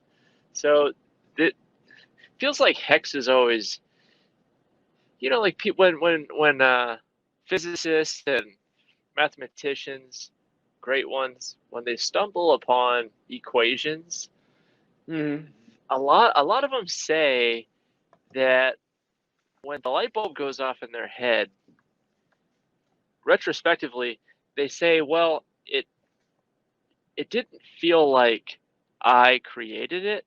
It feels like I discovered it. Like, they feel like these equations were always there. They just finally stumbled upon them. And that's what Hex feels like. It feels like Hex was always here. Like, we've always had Hex. But now we have it. Now it's been brought forth into the more or less the physical world, where it can be interacted with, where we can actually use it and put it to its best use. But this idea has always been here. Like, what if, I wrote a paper in college, like, what if everyone was honest? Well, we wouldn't need money. Yes. Things wouldn't cost anything, but everyone would have to be honest, because the one dishonest guy kind of ruins the whole system. And I definitely agree with that, and think it's a fascinating idea. Exactly what you're saying. Yeah. It's and really what we're dealing with here is, this is a system that is operating in the fourth dimension, right? Because it's the fourth dimension that is time. And when you can send money to your future self, that's operating on a different level of space-time. Yeah. I mean, it is. Yeah. Right. And that's another thing that isn't really appreciated yet, is that this is immutable. And Andreas so eloquently puts that there's only one level of immutability, and it's being immutable. Something is not a degree of immutable. It's whatever the most immutable thing is, that's what is defined as immutable. And everything that was before that used to hold that title loses its title. So you're either pregnant or you're not. It's on and off. It's 1 and 0. Like once we have the new definition of what immutable is, the previous most immutable thing, it's garbage now. It is or it isn't. Yeah, exactly. And so Bitcoin can, through consensus, just like a government, change their monetary policy. Hex can't do that. Right. I mean, we could airdrop to a different system or something, but that's the closest thing. The actual code isn't going to change because it's locked in the Ethereum block from 2019. You know, if I created Hex, I was thinking about this today. Like, okay, the code's locked. Good thing old Biffiness here didn't create Hex, because I would have locked it like 2 weeks early and then had this, like, I mean, I couldn't have done any of this, right? But I could just imagine like how easy it could have been for the whole code base to be almost perfect, and then for the creator just to get a little too antsy, lock it, and then 2 days later go, oh crap, oh no, I forgot this thing. And no, it has to be perfect. It's got to work all the time. It can't ever go down. It's like, oh man. So it's beautiful. I mean, like, Hex has had 100% uptime, and you know, what? Technically, there was a display error on the website once, and that's still, but that's what the difference is. That's the difference between what is Hex, is the code that's locked, and the way we access it, which is the website, which is a decentralized application, is just reading off the contract. And so that can, I mean, you know, that can have a display error, and that gets fixed, and, you know, it's fine. Like, but that is not the code, because that's not what's getting checked in every transaction, right? The reason why cryptocurrency is a phenomenal invention is because it prevents double spending. That's the bottom line. And so in Hex, it's not only doing that, but it's also you know, creating this huge future timeline of stuff and incentivizing everybody to like just lock it up into the future. And I mean, once people really understand this, it's going to be game over for lots of other investments, I think. Well, Okay, it's like the meteor just hit the ocean, right? So the ripples from that, the waves from that are gonna go far and wide. Yeah, right now the rock just hit the water. I'm gonna leave this one up. This is so true. You know, we're in the first year of this thing, you know, and there's no telling what the secondary, tertiary, quaternary events of Hex. What about the quintiary? That's obvious. I mean, right? on into time. I mean, well, there's no telling. Biff and us, you invented Hex in 5th grade, so we need to hear from you what's going to be in the future. Oh boy. And I say that with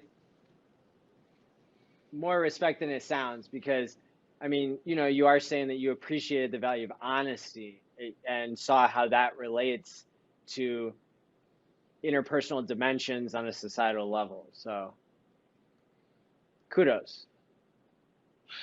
But now I Thanks. want to know what happens next. And I don't want to take no for an answer of like, you don't know what's going to happen. You're bit finesse. You operate on the fifth dimension. Do I know what's going to happen next? Access the part of your brain that knows what's going to happen next. So if you knew what was going to happen next, what would you say? I guess that everybody who's in Hex is going to tell other people about it to the hardest degree that they can. I mean, Hex is going to, instead of accumulating more for themselves, you think everybody's going to be that altruistic? I think they're going to accumulate for themselves as hard as they can. But I mean, that's going to take time, right? And yeah. Anybody who's talked to anyone about Hex quickly understands Hex's biggest flaw.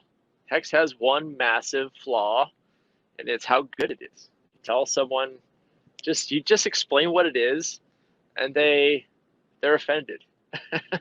Like all good things, it's offensive how good it is. It's so offensive to so many people. So yeah, I think it's going to take time before it actually engulfs all the things that involve money and middlemen.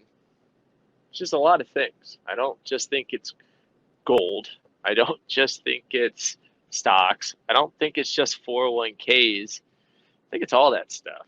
I think it's all everything that separates you and your money. I think eventually all that energy is going to go into Hex. So that's going to take time. But when it gets to a certain point, the differences in time that it's going to take to gain more ground is going to shrink and shrink and shrink. And that's your opportunity shrinking away.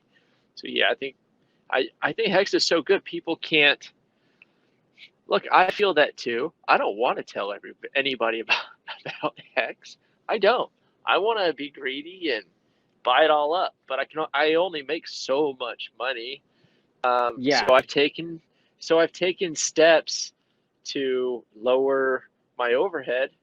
Like I've done drastic things with my that's life awesome. to like bump my holdings, but it's so good. Tonight, look, I'm in a tiny town in the middle of nowhere, Pennsylvania. I don't know if I'm going east or west, right? I talked to this little sweet lady in this shop across the street in Snowshoe, Pennsylvania.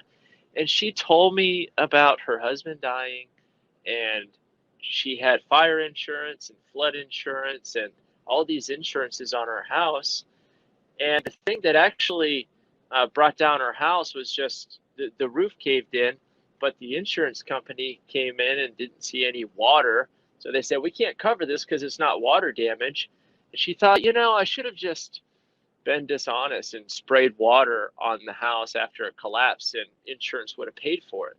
And so she'd been scammed by, by the system. Like everyone gets scammed. And I just told her, hey, go to hex.com and just read, because she mentioned she has daughters, she has younger family members who are in the military and who are spread out all across the world, and she has a big family. But herself, she's about done with life. Her husband's passed away. She got scammed one last good time.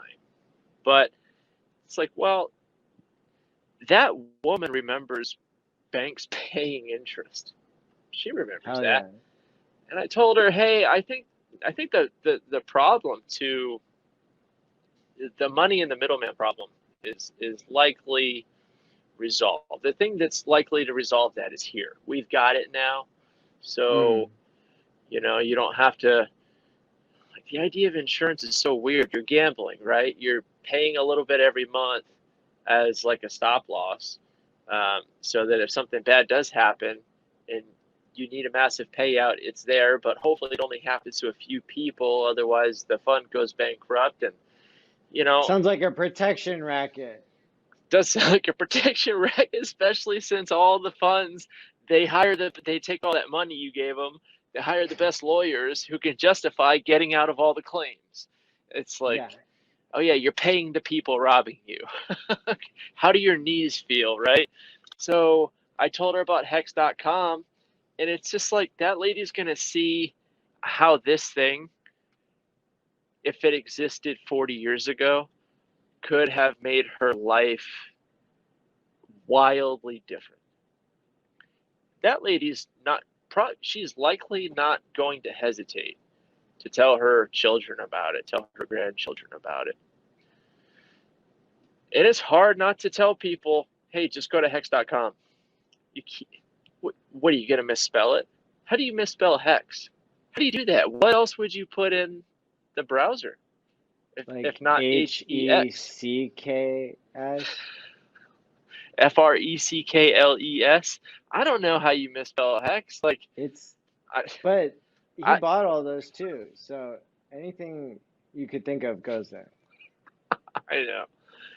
It's beautiful. Beautiful, man.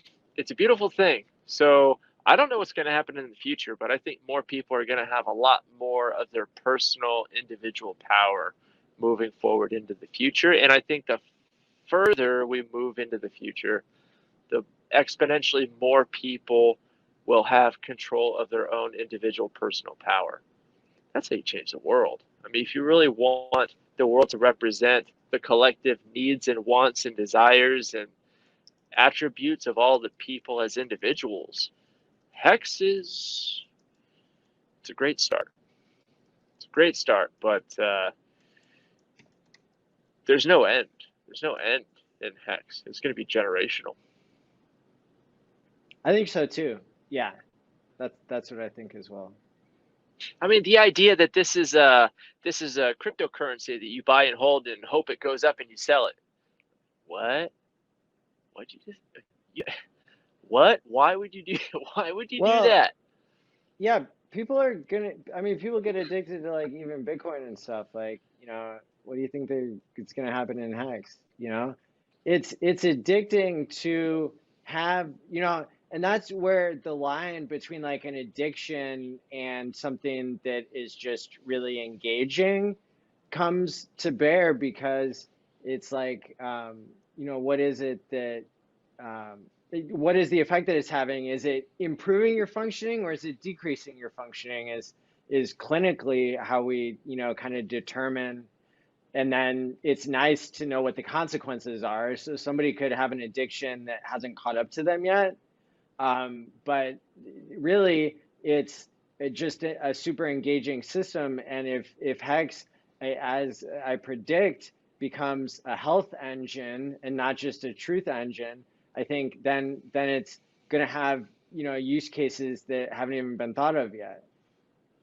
Well, and that's the thing, right? Like, if you're going to build a thing that's world changing, it can't be too boring. So Bitcoin's cool, but it's too boring. Look, you're going to get addicted to Bitcoin and then you're going to get addicted to Hex. But here's the real difference, right? When you're addicted to Bitcoin, you end up losing your money on the exchanges, because buying it and holding it's just too boring. There's not enough for you to do to amuse yourself. But in Hex, when you get addicted to Hex, you end up finding ways to maximize your income, cut the dead weight from your life, and you try to find better ways to extend that money out into the future. Like, I can't stop making 5,555 stakes. Can't do it. Only one of my stakes is a 10-year stake. Everything else is a 15-year stake. And I'm like, man, it's only 14 years before those 15-year stakes start popping up. I can't sell it because then you're broke again, isn't it? I was in college 15 years ago. 15 years ago was like, it flew by so fast. And I forgot who said this, but I heard a Hexagon say this very recently, that the time, I think it was Big Pep. He said, the time is going to pass anyway. It's what you do right now. It matters. And it matters in a different way than it does today, than it did yesterday. Because the T-share price never goes down. It always goes up. So tomorrow it's going to cost you more Hex to get a T-share. Yeah. Day after that's going to cost you more. And the more t-shirts you have, the more hex it'll pay out when your stake is expired. I'm not gonna lie, like, you know, I like, even though I said tonight that, like, you know, we shouldn't beat ourselves up too bad for like not doing 15-year stakes from the beginning, like, Yeah. I feel bad because like I feel like realized, I feel like such an idiot. Yeah. Oh, I realized no, the other I'm an day idiot. that like my friends who like got the Uniswap airdrop because I gave them $20 worth of ETH and had them converted to Hex, like, and then I had them convert that in their Uniswap airdrop into Hex, and then I either staked it for them or had them stake it, and but we only like I only did 10 years for that, and that's like, like, because that's already worth, like, it's already worth 8 or 9 or 10K, like, just that $20, like, it's insane. And but after the presentation tonight, I was like, wow, like, what a dick move for me to do is, like, you know, I only staked them for 10 years, like, but it, you know, that was so many months ago. I mean, it's just like, well, that's what I did to my friend Steve. You know, I rushed, I hurried, I sped, you know, I may or may not have broke a few laws, but I got his ETH into my wallet, into one of my sub wallets, and I staked it before the big payday, and I only staked it for 10 years. Steve, and I've apologized to him. Steve, I'm sorry, man. So when that stake expires, okay, he's going to end his stake on time, okay? Then he's likely going to want to restake it, or a lot of it, maybe, surely most of it, but he's going to buy a lot fewer T-shares because the price is going to be so much more expensive. In 10 years, the price of a T-share is going to be insane in 10 years, and thank then you, Walter. And then he's going to have to like think about, man, I could have had the previous amount of T-shares. I could have had more T-shares for an extra 5 years. Yeah, it just hurts because it was like free money, so it's like, you know, it's not even real. It's like you know, Tell yourself that. I mean, hey, that's what I tell myself. I just tell myself none of this is real. None of this. Just do the best you can, man. None of this is real. But it's I mean, the Walter's right. You know, 10 years is gonna be just fine for them, and you know, this is a learning process, and you know, like we said with the marshmallow example, like that, you know, this is something that we are changing our ways of thinking to be more long term, and if you know, you're not gonna be the most long term thinking that you ever are in the beginning anyway. You know, it's like it's a process. So so I think we should all pat ourselves on the back, you know, like, we're doing just we're fine, here. like, you We're know, here, man. we're here early, and we're you know, I think if Steph and Firebun or if Steph hadn't created the league system, I think a lot more people would have not understood the true power of T-shares, because it was kind of in the fine print at first. It helps me. Like I look at my little rank, and it's hard to understand where we are. I look, I'm not knocking my hexagons, right? I love you guys. But sometimes I wonder if you guys really know where we are. I don't know. I don't know if I know where I'm at. It's just that Hex is just going to demolish everything. You know that, right? Like, other than you got to get your dollar into a thing where you can buy Ethereum so you can swap it for Hex, there's almost no reason for a bank to exist. There's no reason for stocks to exist now. Why would I ever put my money in there? Ever? Why would I ever? And I've never put my money in a 401k. I've always felt like good luck with that. But now, we've got Hex now. Oh boy. Richard, continue with your masterful operational security. Please don't tell anybody where you're at, man. Ever. He knows that. I can't believe someone had the guts to actually say, hey guys, we got it now. It's built, it's done. And it only took like 2 years. It was so fast. Like, I think that really hindered my understanding of what Hex is, because I was just working in the oil field, listening to Richard Hart, cool keyboards, awesome hats, okay, CFD, okay, he's making this thing. Yeah. And now it's here, and it's like, I didn't want to hear about T-shares. I just wanted his thing, because I'm like, this guy's legitimate. I trust this guy. This guy's super, way smarter than us. Yeah, it wasn't paying high interest at first. I don't know if I even thought about interest. It was at the very beginning. It was only paying like 5 or 10% interest, and I say only, but it's like we knew that there was going to be higher interest down the road probably, and so that's another reason why some people waited, including myself, but then Richard started dropping clues, and that's that's when we wised up and staked kind of as long as we could, or started to take a look more at the locking features. But for a while there, I think I was only in the first 6 months. I was probably only probably 20 or 30% staked. Oh, what was I? I don't think I've ever held. At one point, I had a little bit of Hex liquid. Why was that? I think just because I had already staked a bunch. I just made a stake, and I didn't want it.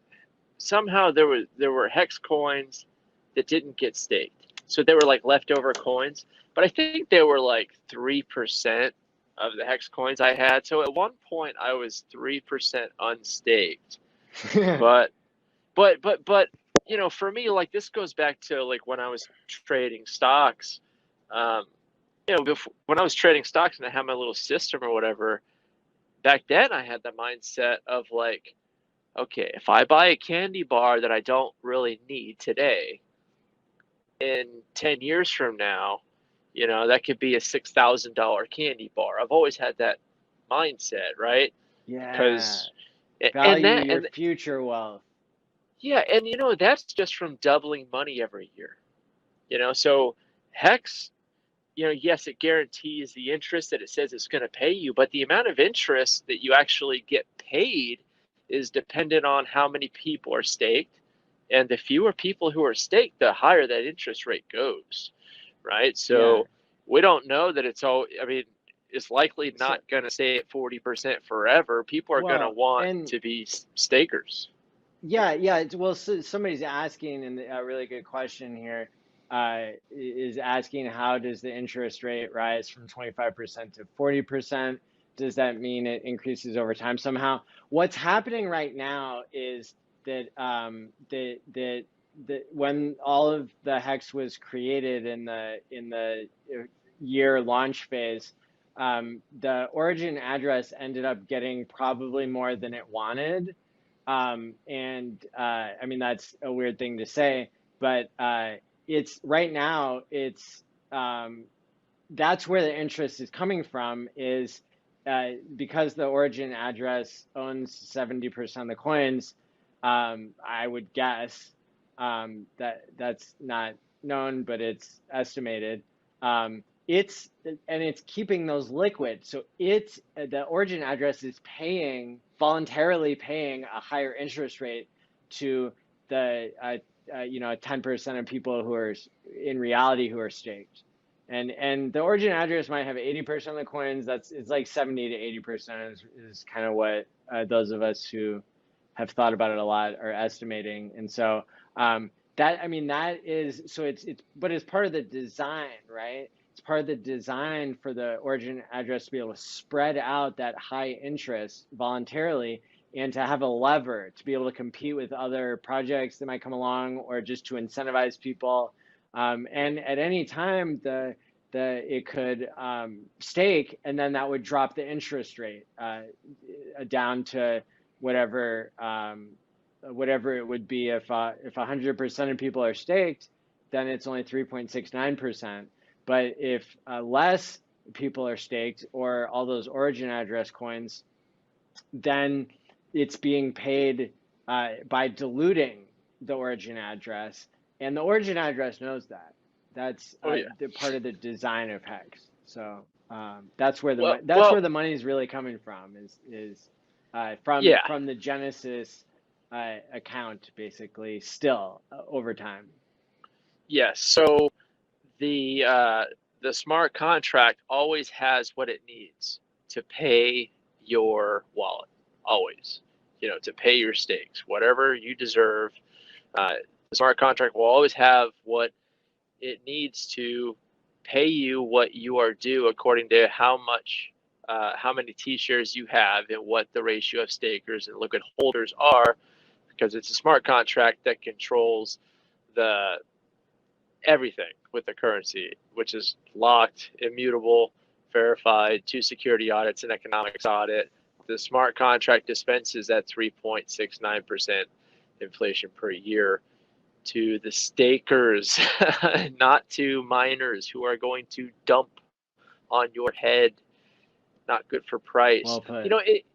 In the very beginning, I just knew, all I really knew was that Richard was an aggressive person, and that he came out, showed his face, and defended the thing that he was involved with from very, very early on, from back in the day. I respected that, and I knew that he saw the flaws in Bitcoin. He saw that, hey, there's all these coins locked in the Genesis block. It's just dead economic mass. Like, he saw that there's major flaws in this ecosystem. It's broken. But I didn't think that Richard was gonna create a thing that fixed all the problems. It just never. It's interesting that it never really crossed my mind that Richard Hart might just create a thing that fixes all the things that suck about the previous thing. How really, dare you not think that from the beginning? I don't know why I didn't think that. How dare you, Bitfinesse? Yeah, why didn't I? I mean, like, who does that?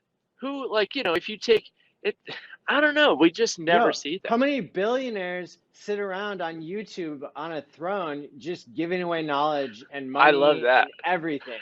How many? I love that. You tell me. And then you tell me how many of them do AMAs for hours upon hours. Dude, 8 hours? Tell me. I love that. Him just, you're a troll? He'll talk to you. He'll talk to you, troll. You're gonna say nasty things about him. You're gonna make fun of him. You're gonna just what? And he'll own you. He'll slaughter you, and then he'll even be nice to you. It's like he said. Like, I've reached my optimum ratio of trolls: 20% trolls to 80% people who are real. Yeah. It's beautiful, man. I mean, it's so cool to meet the people who are also seeing Richard Hart back then, because I was really wondering, like, who else? I mean, I'm digging this stuff, but who else is digging this stuff? What do these people look like? Who are these people? What country are they from? And it's kind of everybody. It's just the coolest people. Just take all the coolest people you can find. Those are the people. The Hexicans. It's great. It's so good. Absolutely.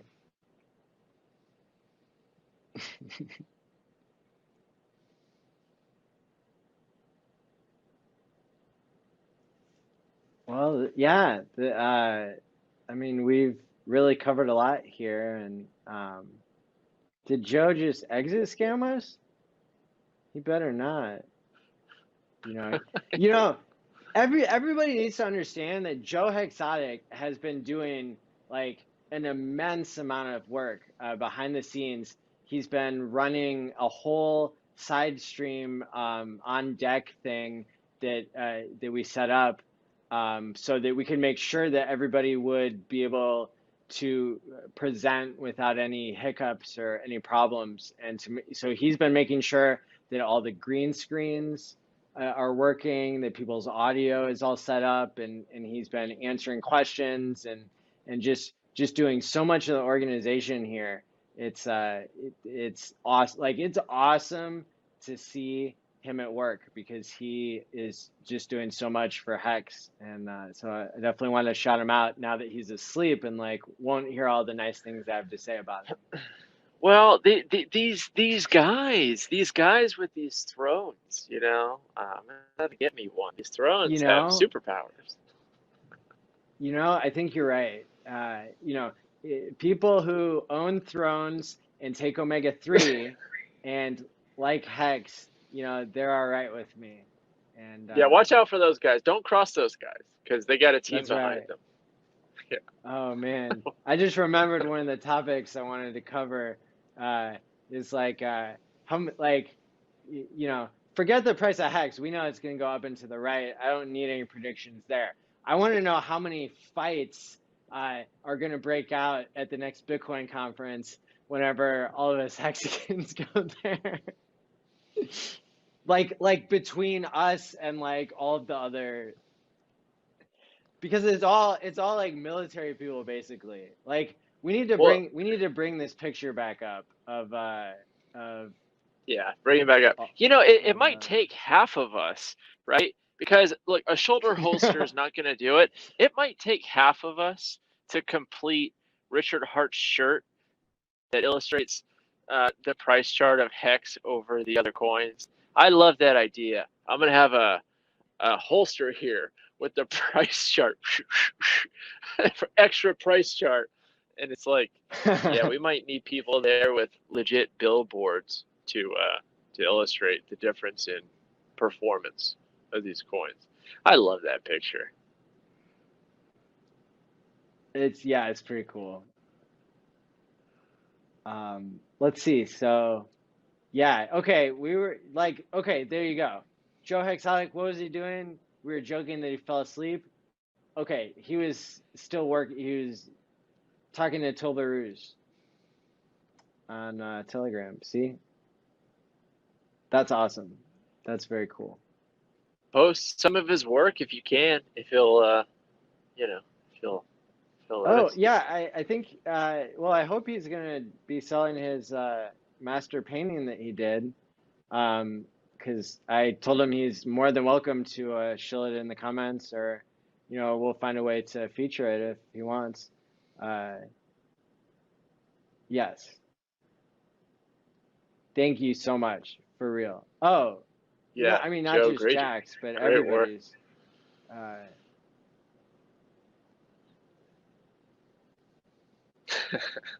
Yeah, Hexicans are super hard workers. It's insane. Okay, yeah. We want you to show it, and that'd be great. Yeah, let's make sure to feature that, because Tobleruz, he is one of my first guests, and so we go way back, you know, several weeks. Tobleruz, if you would, please follow me on Twitter. I wanna see you, man.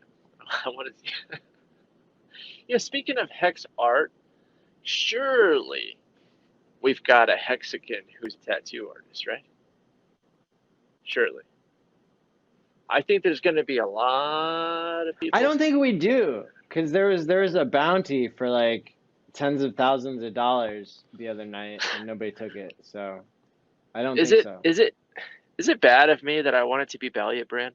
Balliet Brand, I want you to learn. I want you to become an expert in tattooing. All right. Become the world's best tattoo artist, right? So that we can have a standardized Hex tattoo, you know, from an authorized Hex tattoo artist, you know, That sounds like centralization.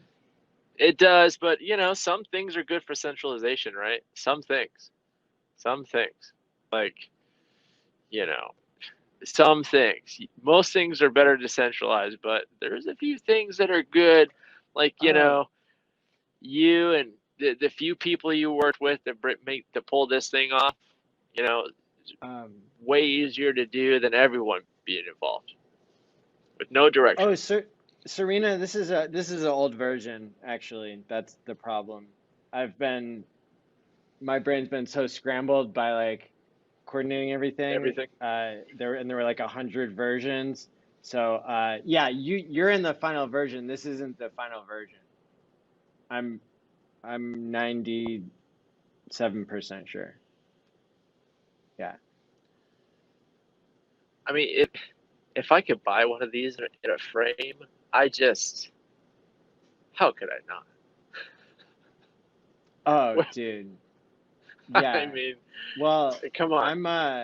Thank you. I'm getting into the NFT business, so let's talk, you know. I mean, this thing is just it says everything that needs to be said, right? It's so good. Exactly. Yeah, it's so good. And yeah, there's I mean, there are so many people in Hex who are making awesome content, and it just blows me away. Yeah, we've got a real I don't know what to call the Hexicans. I mean, it's unlike any group. Oh, he didn't send it to me yet.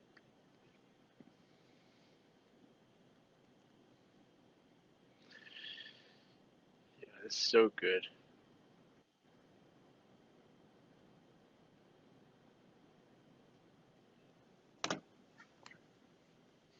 All right, Serena. Well, we're gonna get it one way or another.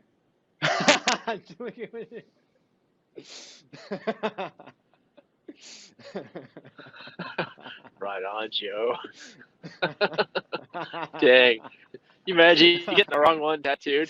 Yeah, so so if we had a guy, if Valiant Brand was our tattoo guy, he would get the information when you went into Valiant Brand for your tattoo. He would have said, "No, this is actually the wrong version. I'm the official Hex tattoo artist. We'll make sure we get you the real deal." Right? Yeah. So centralization can be useful.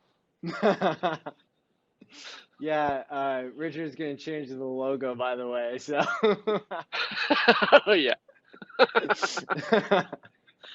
Dang. Yeah, can you imagine? Yeah, tattoos are. My ladies, my lady has talked about getting rid of her tattoos, and I'm like, oh God, please don't, right? Because they look so good. You know, her arms, she does this gorgeous tattoos on her arms, and but the last I heard, tattoos still were very painful to get removed, but I've heard kind of recently that they've become much less painful to get removed. I'll have to get one so I can get it removed. Yeah, maybe, you know, I don't want to say it. Yeah, there's I mean, you could get any tattoo and get it removed, I guess, but well, Valiant Brand, we have faith in you, man. Your quality of your streams has increased to such an effect. I think no matter what level you're at right now, I think you can pick up tattooing and you can be the guy, man. I'll talk to you about it later, but you can be the guy. You can do it. Well, and when Bitfinesse believes in somebody, you know, that's half the battle right there. You know, everything's hard, man. The Bitfinesse bump. Yeah. I love that Richard Hart talked about how hard it was to create Hex. He's like, hey, this interest stuff, this banking software stuff, really hard. Insanely hard. Very difficult. Yes. I'll message you, Valiant Brand. I love that guy. Yeah, it's hard. Stuff's hard, man. Life's hard. It's so weird, right? Like we're all born with code's hard. Yeah, you're born into the world. We weren't asked to be here. They give you Santa Claus and the Easter Bunny. You know, they give you all the good stuff right up front. And then you find out everything's a scam. Man, you got to work all the time. No, you can never retire because the thing you get paid in, it's actually going down in value really hard because the people who say they have your back, they're actually making more of the thing that you're trading your time for. Like, what? Oh my God. It's just bad news all over the place. And, you know, now we have Hex again. And well, we have Hex now. It feels like we have Santa Claus again. You know, it feels like the way I thought the world was when I was a child. We got a little piece of that back. Big piece of that back. Huge. It's huge, man. I don't, like you said, Richard Hart is still coming to terms with the possible effects of this thing, with the way this thing actually operates, the way this thing actually incentivizes groups of people to do things that are good for themselves. These things were not in the code. The code was just really good. Really good. It's going to have all these other effects. Yeah, it's like the first banner I ever made. I just put it up on the screen. Programming mental health into money. Into money. That's where it's at. If you want more of something, you got to pay for it, right? Like, you know, you penalize people for saving. Guess what? No one's got, you know, 3/4 of the country don't have $1,000 in their checking account. What? Correct. What? I think it's more than that, isn't it? Likely. I mean, 70% of people take a daily prescription. I mean, what? Aren't like a third of people laid off right now, if not more? Like, people are draining their savings down. You know, I don't know the technicals because they change so quickly. Yeah. According to what these special people do. All I know is that, like, I have not thought of the world as, like, good to go ever. I've never thought like, you know, oh, we're going in an awesome direction here on Earth. I've always felt like, oh, this is why the aliens won't talk to us. Great. If they're here, I would hide too. That's a good point. You know, I've always felt like that. And it's like everything, every new thing is just another step toward what seems like doom to me. And the guy everybody hates, the guy everybody calls a scam, that's the guy who's actually doing the right thing. It's so beautiful. It's so beautiful. I mean, I don't want to call out any industry people, but there are some people who Sounds like you do. Look, Ivan on tech, man, you know, you could have said, like, hey, this is a legit... That guy's a programmer. He worked for Sony Ericsson. What? This better be a joke, by the way. I don't think it is, though. What's that? Joe Hexotic said he signed me up to do a morning show, which... Hey, but you know what? I'll be in the chat. I'm catching that show. What?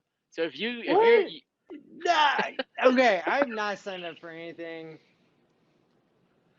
I don't see lull after that comment, Maddie. I don't know. That might be legit.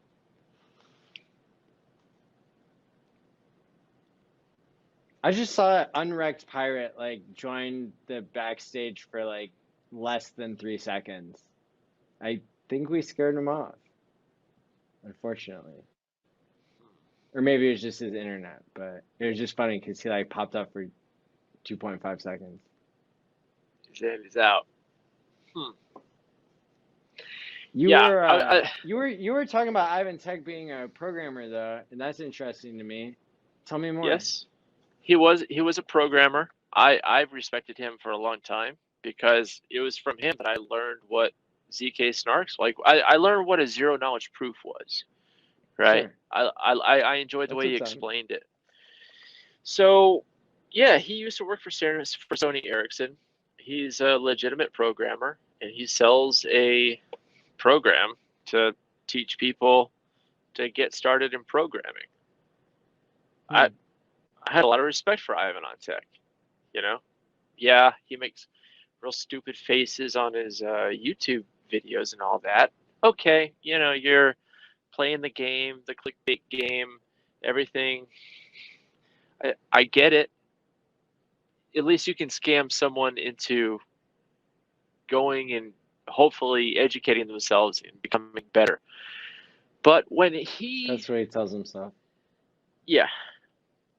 The best thing that he said about Hex is that it might not be a scam. It might just be a failed or a terrible project. I was like, how much are they paying you?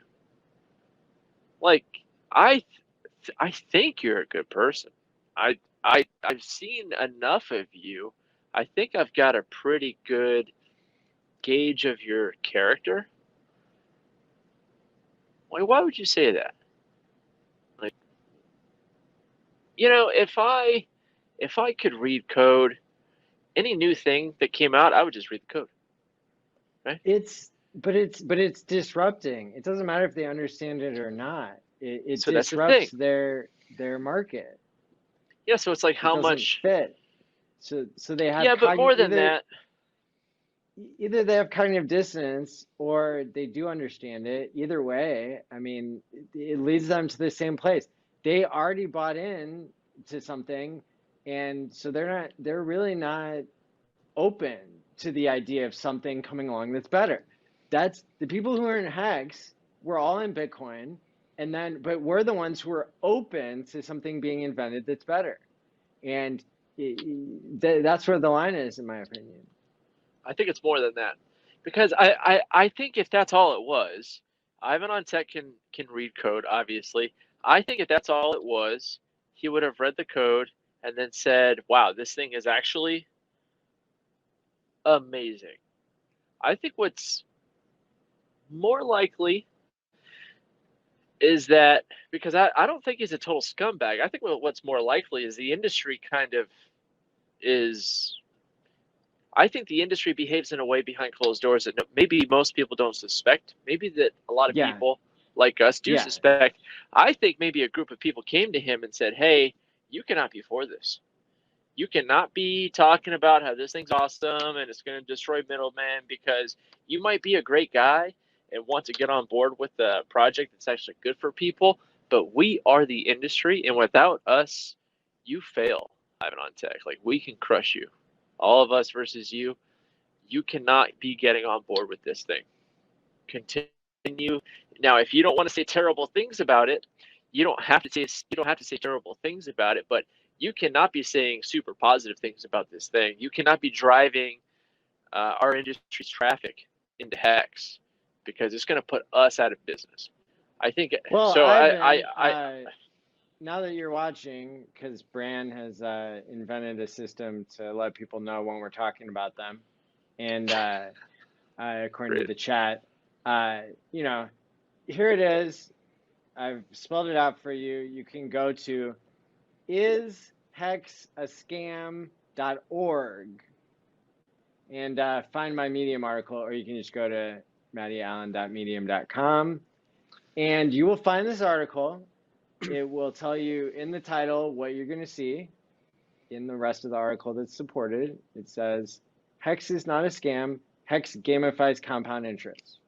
Bad or misformed actors such as yourself will tell you otherwise.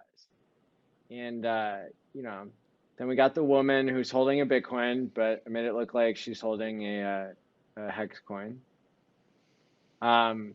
And, you know, we got a picture of Richard there. He's looking pretty good. And, but this takes us to some of the bits of information that is important here. So we can look at the Hex contract. We can look at the Hex contract in plain English. We can look at the security audit, and we can look at the economics audit. I made this because I looked up Richard Hart, what people are saying against him, and there's some really bad stuff about him out there that's not true. And but if you if you read it, which I don't necessarily recommend, but it's not a big deal if you do, like, they say all these bad things about him, but the only thing you could really prove, they're saying that Hex didn't have a security audit. Well, check it out. Like, here it is. So, you lost your credibility if you're gonna say a bunch of lies about somebody, and then you're just wrecking people who could have benefited, right? And so here is the Hex audit from Coinfabric, and here it is. It's been published. Like, you can read through it. Like, it's exactly what Richard said. And he's summarized this for people. And the reason it was delayed was because there were errors. Like, they made errors that had to be, it had to be explained to them. There's the economics audit, right? And so that's by the same company. And, we can look at the code. Oops. I mean, we can look at her too. That's fine. It's cool. Have you ever looked at the code? I mean, I've looked at it, but in my mind, looking at something is like reading something. Hey, look at this paper for me. Look at this article. I have not looked at the code in that sense. I have looked at it. My eyes have gazed upon it, but I don't know what I'm looking at. Yeah, look, I mean, most of it in the beginning is just like all of the launch stuff. But it's like further on in the code is like, it's really well commented. I mean, like, it is clean. I mean, it's neat, very technical, but it's like, yeah, I mean, it's all here. And there was like a Bitcoin maxi guy who had like really crazy beard or hairy face going on. And, Daniel, he looked it over and was surprised at how legit it is. So, I mean, I just wanted to hear one thing from the code. I wanted to hear no admin keys. That's all I really cared about, right? But when I looked at the code, because I can't read code, I did judge this document extra crucially for its format. So I just looked at like the body of it, like a woman.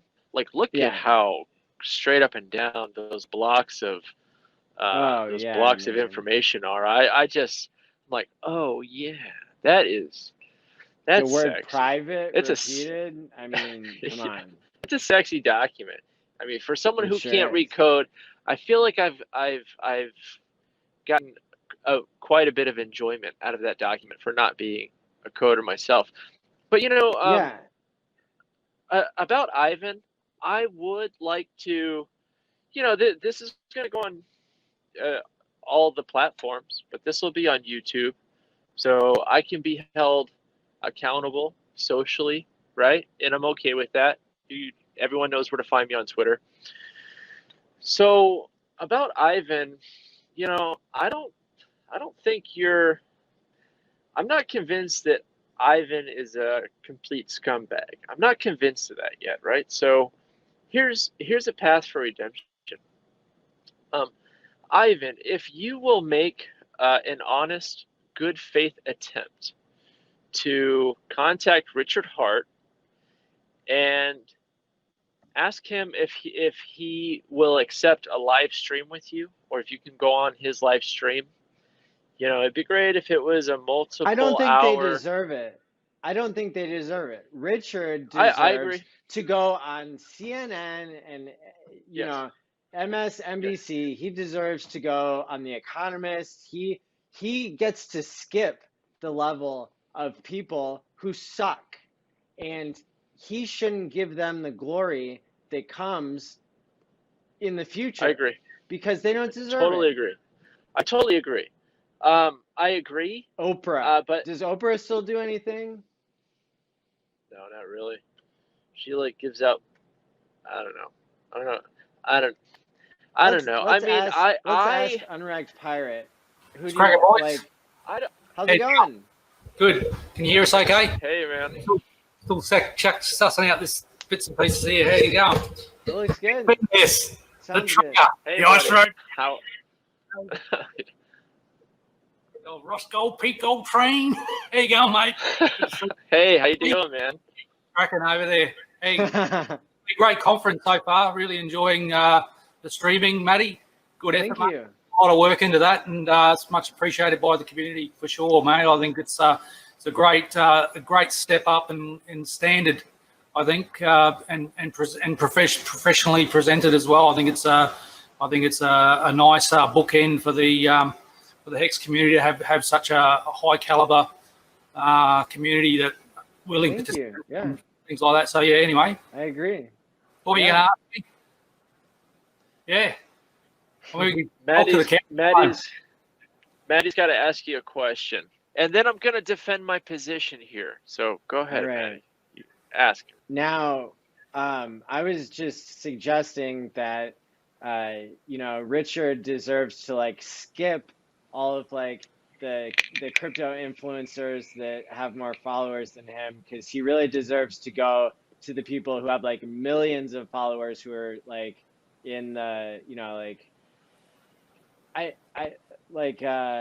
who's the Joe Rogan or somebody like he deserves to skip Ivan on Tech and go straight to where you're going to get the most views and have the biggest audience.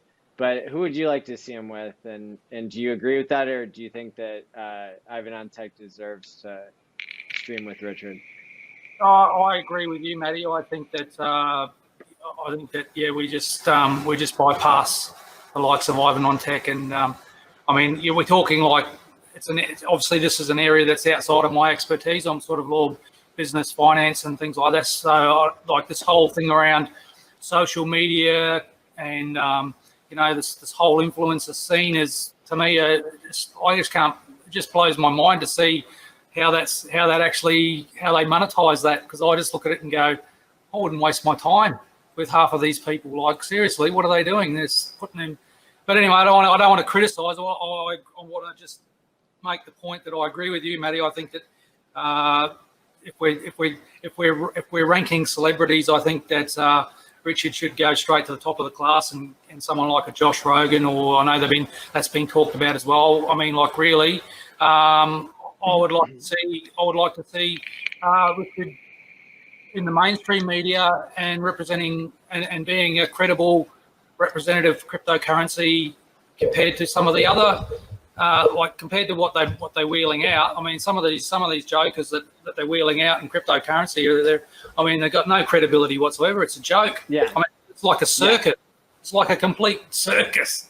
I'm like, what's going on here? I've been here 5 minutes and I don't trust anyone in here except, the voice of reason.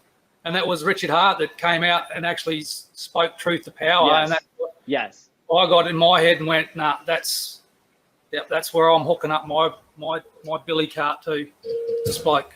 And I think he needs to get more recognition and more respect and absolutely. That's what, and that's partly why we started as well, just to raise the awareness of Hex and to put the education stuff out there, and because we could see that there was stuff being said that wasn't true. Like, these guys were just like fudding Hex, and it's like, hang on a minute, I just put my money into that and you're going to shit talk my bag. No, I'm not having that. I'm going to say something. And that's partly why we're not, like I say, I'm not an expert when it comes to, social media and YouTube and Facebook and Twitter and all that stuff. Just an ordinary bloke, right? And I think people are scared to go. If you're at a high enough level where you have a huge audience, you're going to do your homework and realize that Richard could really make you look stupid in front of all your followers, and you wouldn't want to risk that, I don't think. And but I think that that could that could change, right? Yeah. Well, I mean, he's said that he's prepared to speak to anyone with an audience, and that's fair enough because I mean, you know, it's that publicity, it's that social capital. I mean, look, if there was an end game, look, I've seen him. He's actually spoken to Ivan on tech before. He's had that conversation with him. But I mean, honestly, my eyes glaze over with Ivan these days. I can't handle him. He's too much for me. But I mean, it's horses for courses. It's whatever floats your boat. I mean, he does have some smart stuff, but he tends to me, he just tends to be a Bitcoin sort of guy, and then he shills the odd coin here, but it's all just pay-per-view, isn't it?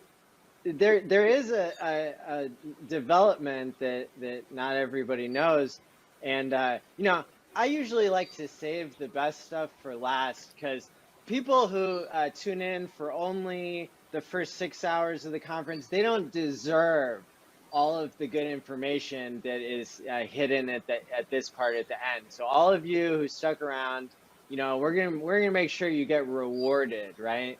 And so here's something you may not have heard is it seems like Richard and Vitalik are signaling to each other, you know, that they you know, because Vitalik, it was 6 or 7 days ago now. He did it. It was at least a 5-minute video that I caught on YouTube, where he was definitely talking about Hex. I mean, there was no question. He was talking about what is this, or he was answering questions about high interest staking versus basically low interest staking, which is what Ethereum 2.0 is, and I just found that so fascinating. And then, you know, Richard talks about, he talked in his last live stream about how, you know, he would be willing to talk to Vitalik and how much they have in common in terms of wanting to work on longevity research and you know, they have a common interest in seeing Ethereum do well, and all this. So that's the level of conversation I'd like to see Richard Hart having as well. You know, that's the standard to me. I mean, you know, you're making a good point there, Matty. I think that's, I mean, he needs to be playing with the heavyweights now. Like Hex has been proven. It's you know, it's still in its infancy, and it's ready to rock and roll. It's been going 100%. I mean, the facts speak for themselves. You know, the proof is in the pudding. I mean, we're here now, yes. And this. The gatekeeping and all of these censorship stuff has been exposed. It's exposing an industry that's sprung out of the ground like a mushroom, and all of a sudden has just gone in one direction when really the true intention of cryptocurrency wasn't where the direction of it's gone. And Richard and his team and whoever is involved in that have gone, okay, there's something not right here. We'll make something that what it should be, and they've put into place this product, and hey, it's a game changer. It's a revolution. It's an innovation. That synthetic stakes and shares that Hex has, that high interest, trustless interest, that's giving people back the power to actually save for their own future. Like, and you talk about behaviour like Matty, and that's a big deal. Like that's a huge deal. Like, I don't think people realise the potential that this thing's got to better your life, you know. And yes. All the people that come out and speak are not doing it. We're not trying to shill you so we can sell our coins on the way up. We're not. All the guys on our stream, the Aussie guys, and the Discourse Syndicate guys. Hey, it's part and parcel of the market, the buy and the sell. But you know, we're in this for a long term. This is like we don't want to sell. It's a savings thing for us. I mean, if you don't appreciate Hex, I don't want you to get any. Like, you know, don't buy, please. Don't buy Hex. If you don't love it, get out of here. Go. That's it. We're not shilling. We're not doing a hard kill to shill, are we? We're like, hey, buy it or don't buy it. We don't. It doesn't worry me. Like, you know. Okay, so now I'd like to defend my position because I agree with you two gentlemen. right? I think we're wrong though, and here's why I think we're wrong. When I was in high school, there was a guy, maybe 3 times my size, who was picking on a friend of mine, and he was a cool friend. I'm trying to get in contact with him because he deserves to be a Hexagon. This kid was a bully, and I had to beat him up.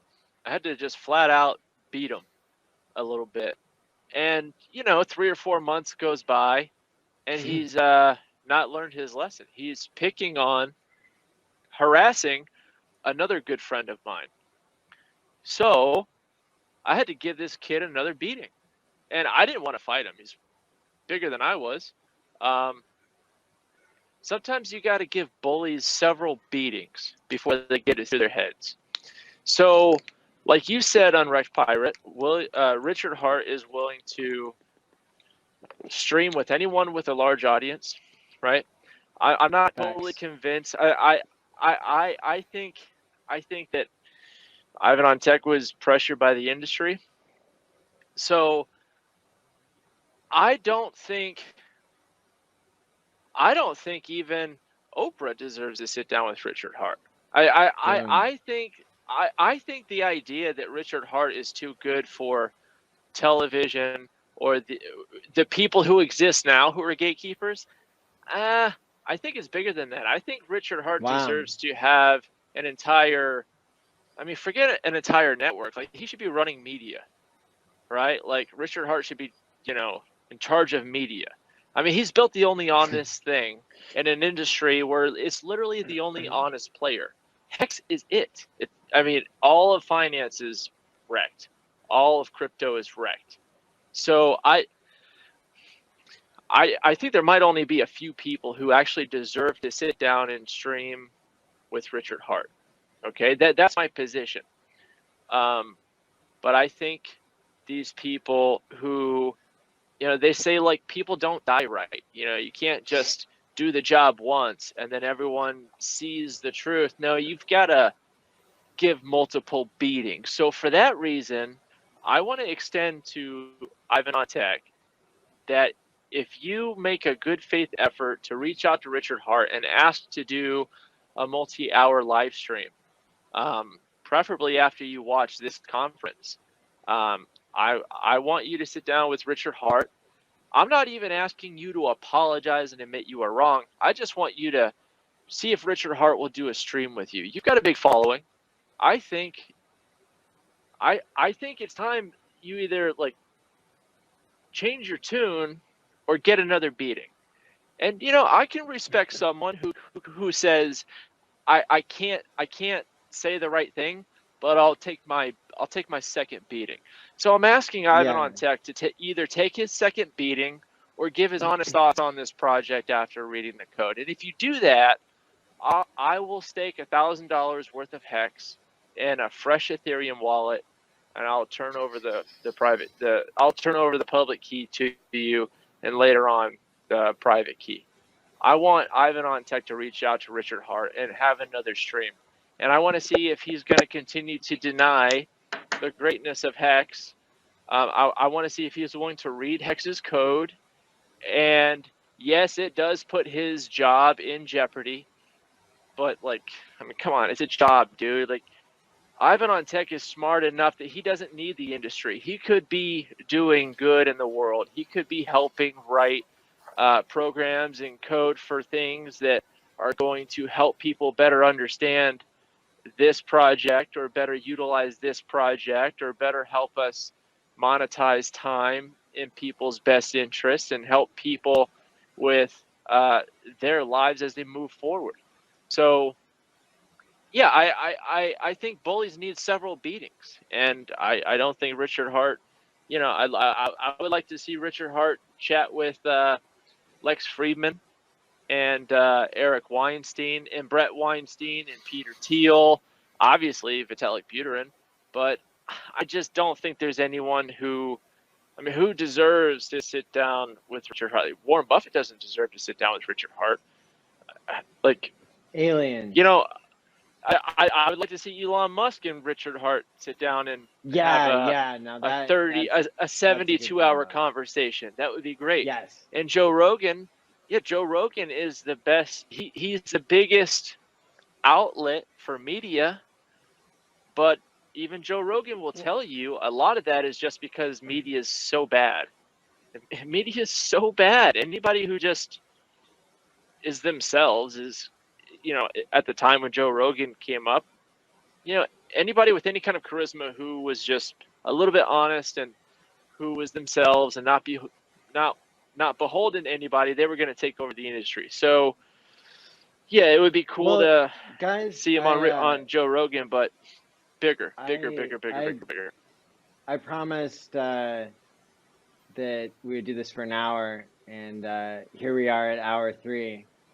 So in order for us to keep the audience fresh for the duration of the conference, I think now might be a good time to sign off, even though I know as a fact that the 3 of us could continue to have awesome conversations now. Let's save it for tomorrow night if we can, and just be able to say that the first night of the conference was a success, and we're looking forward to the rest of it. Now, how can people find you too?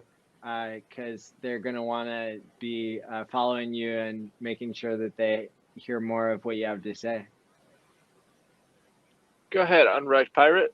Okay, yeah, well, we've got an Aussie Hex late show that's weekly on Tuesday, 4 p.m. Sydney time, 10 p.m. California time.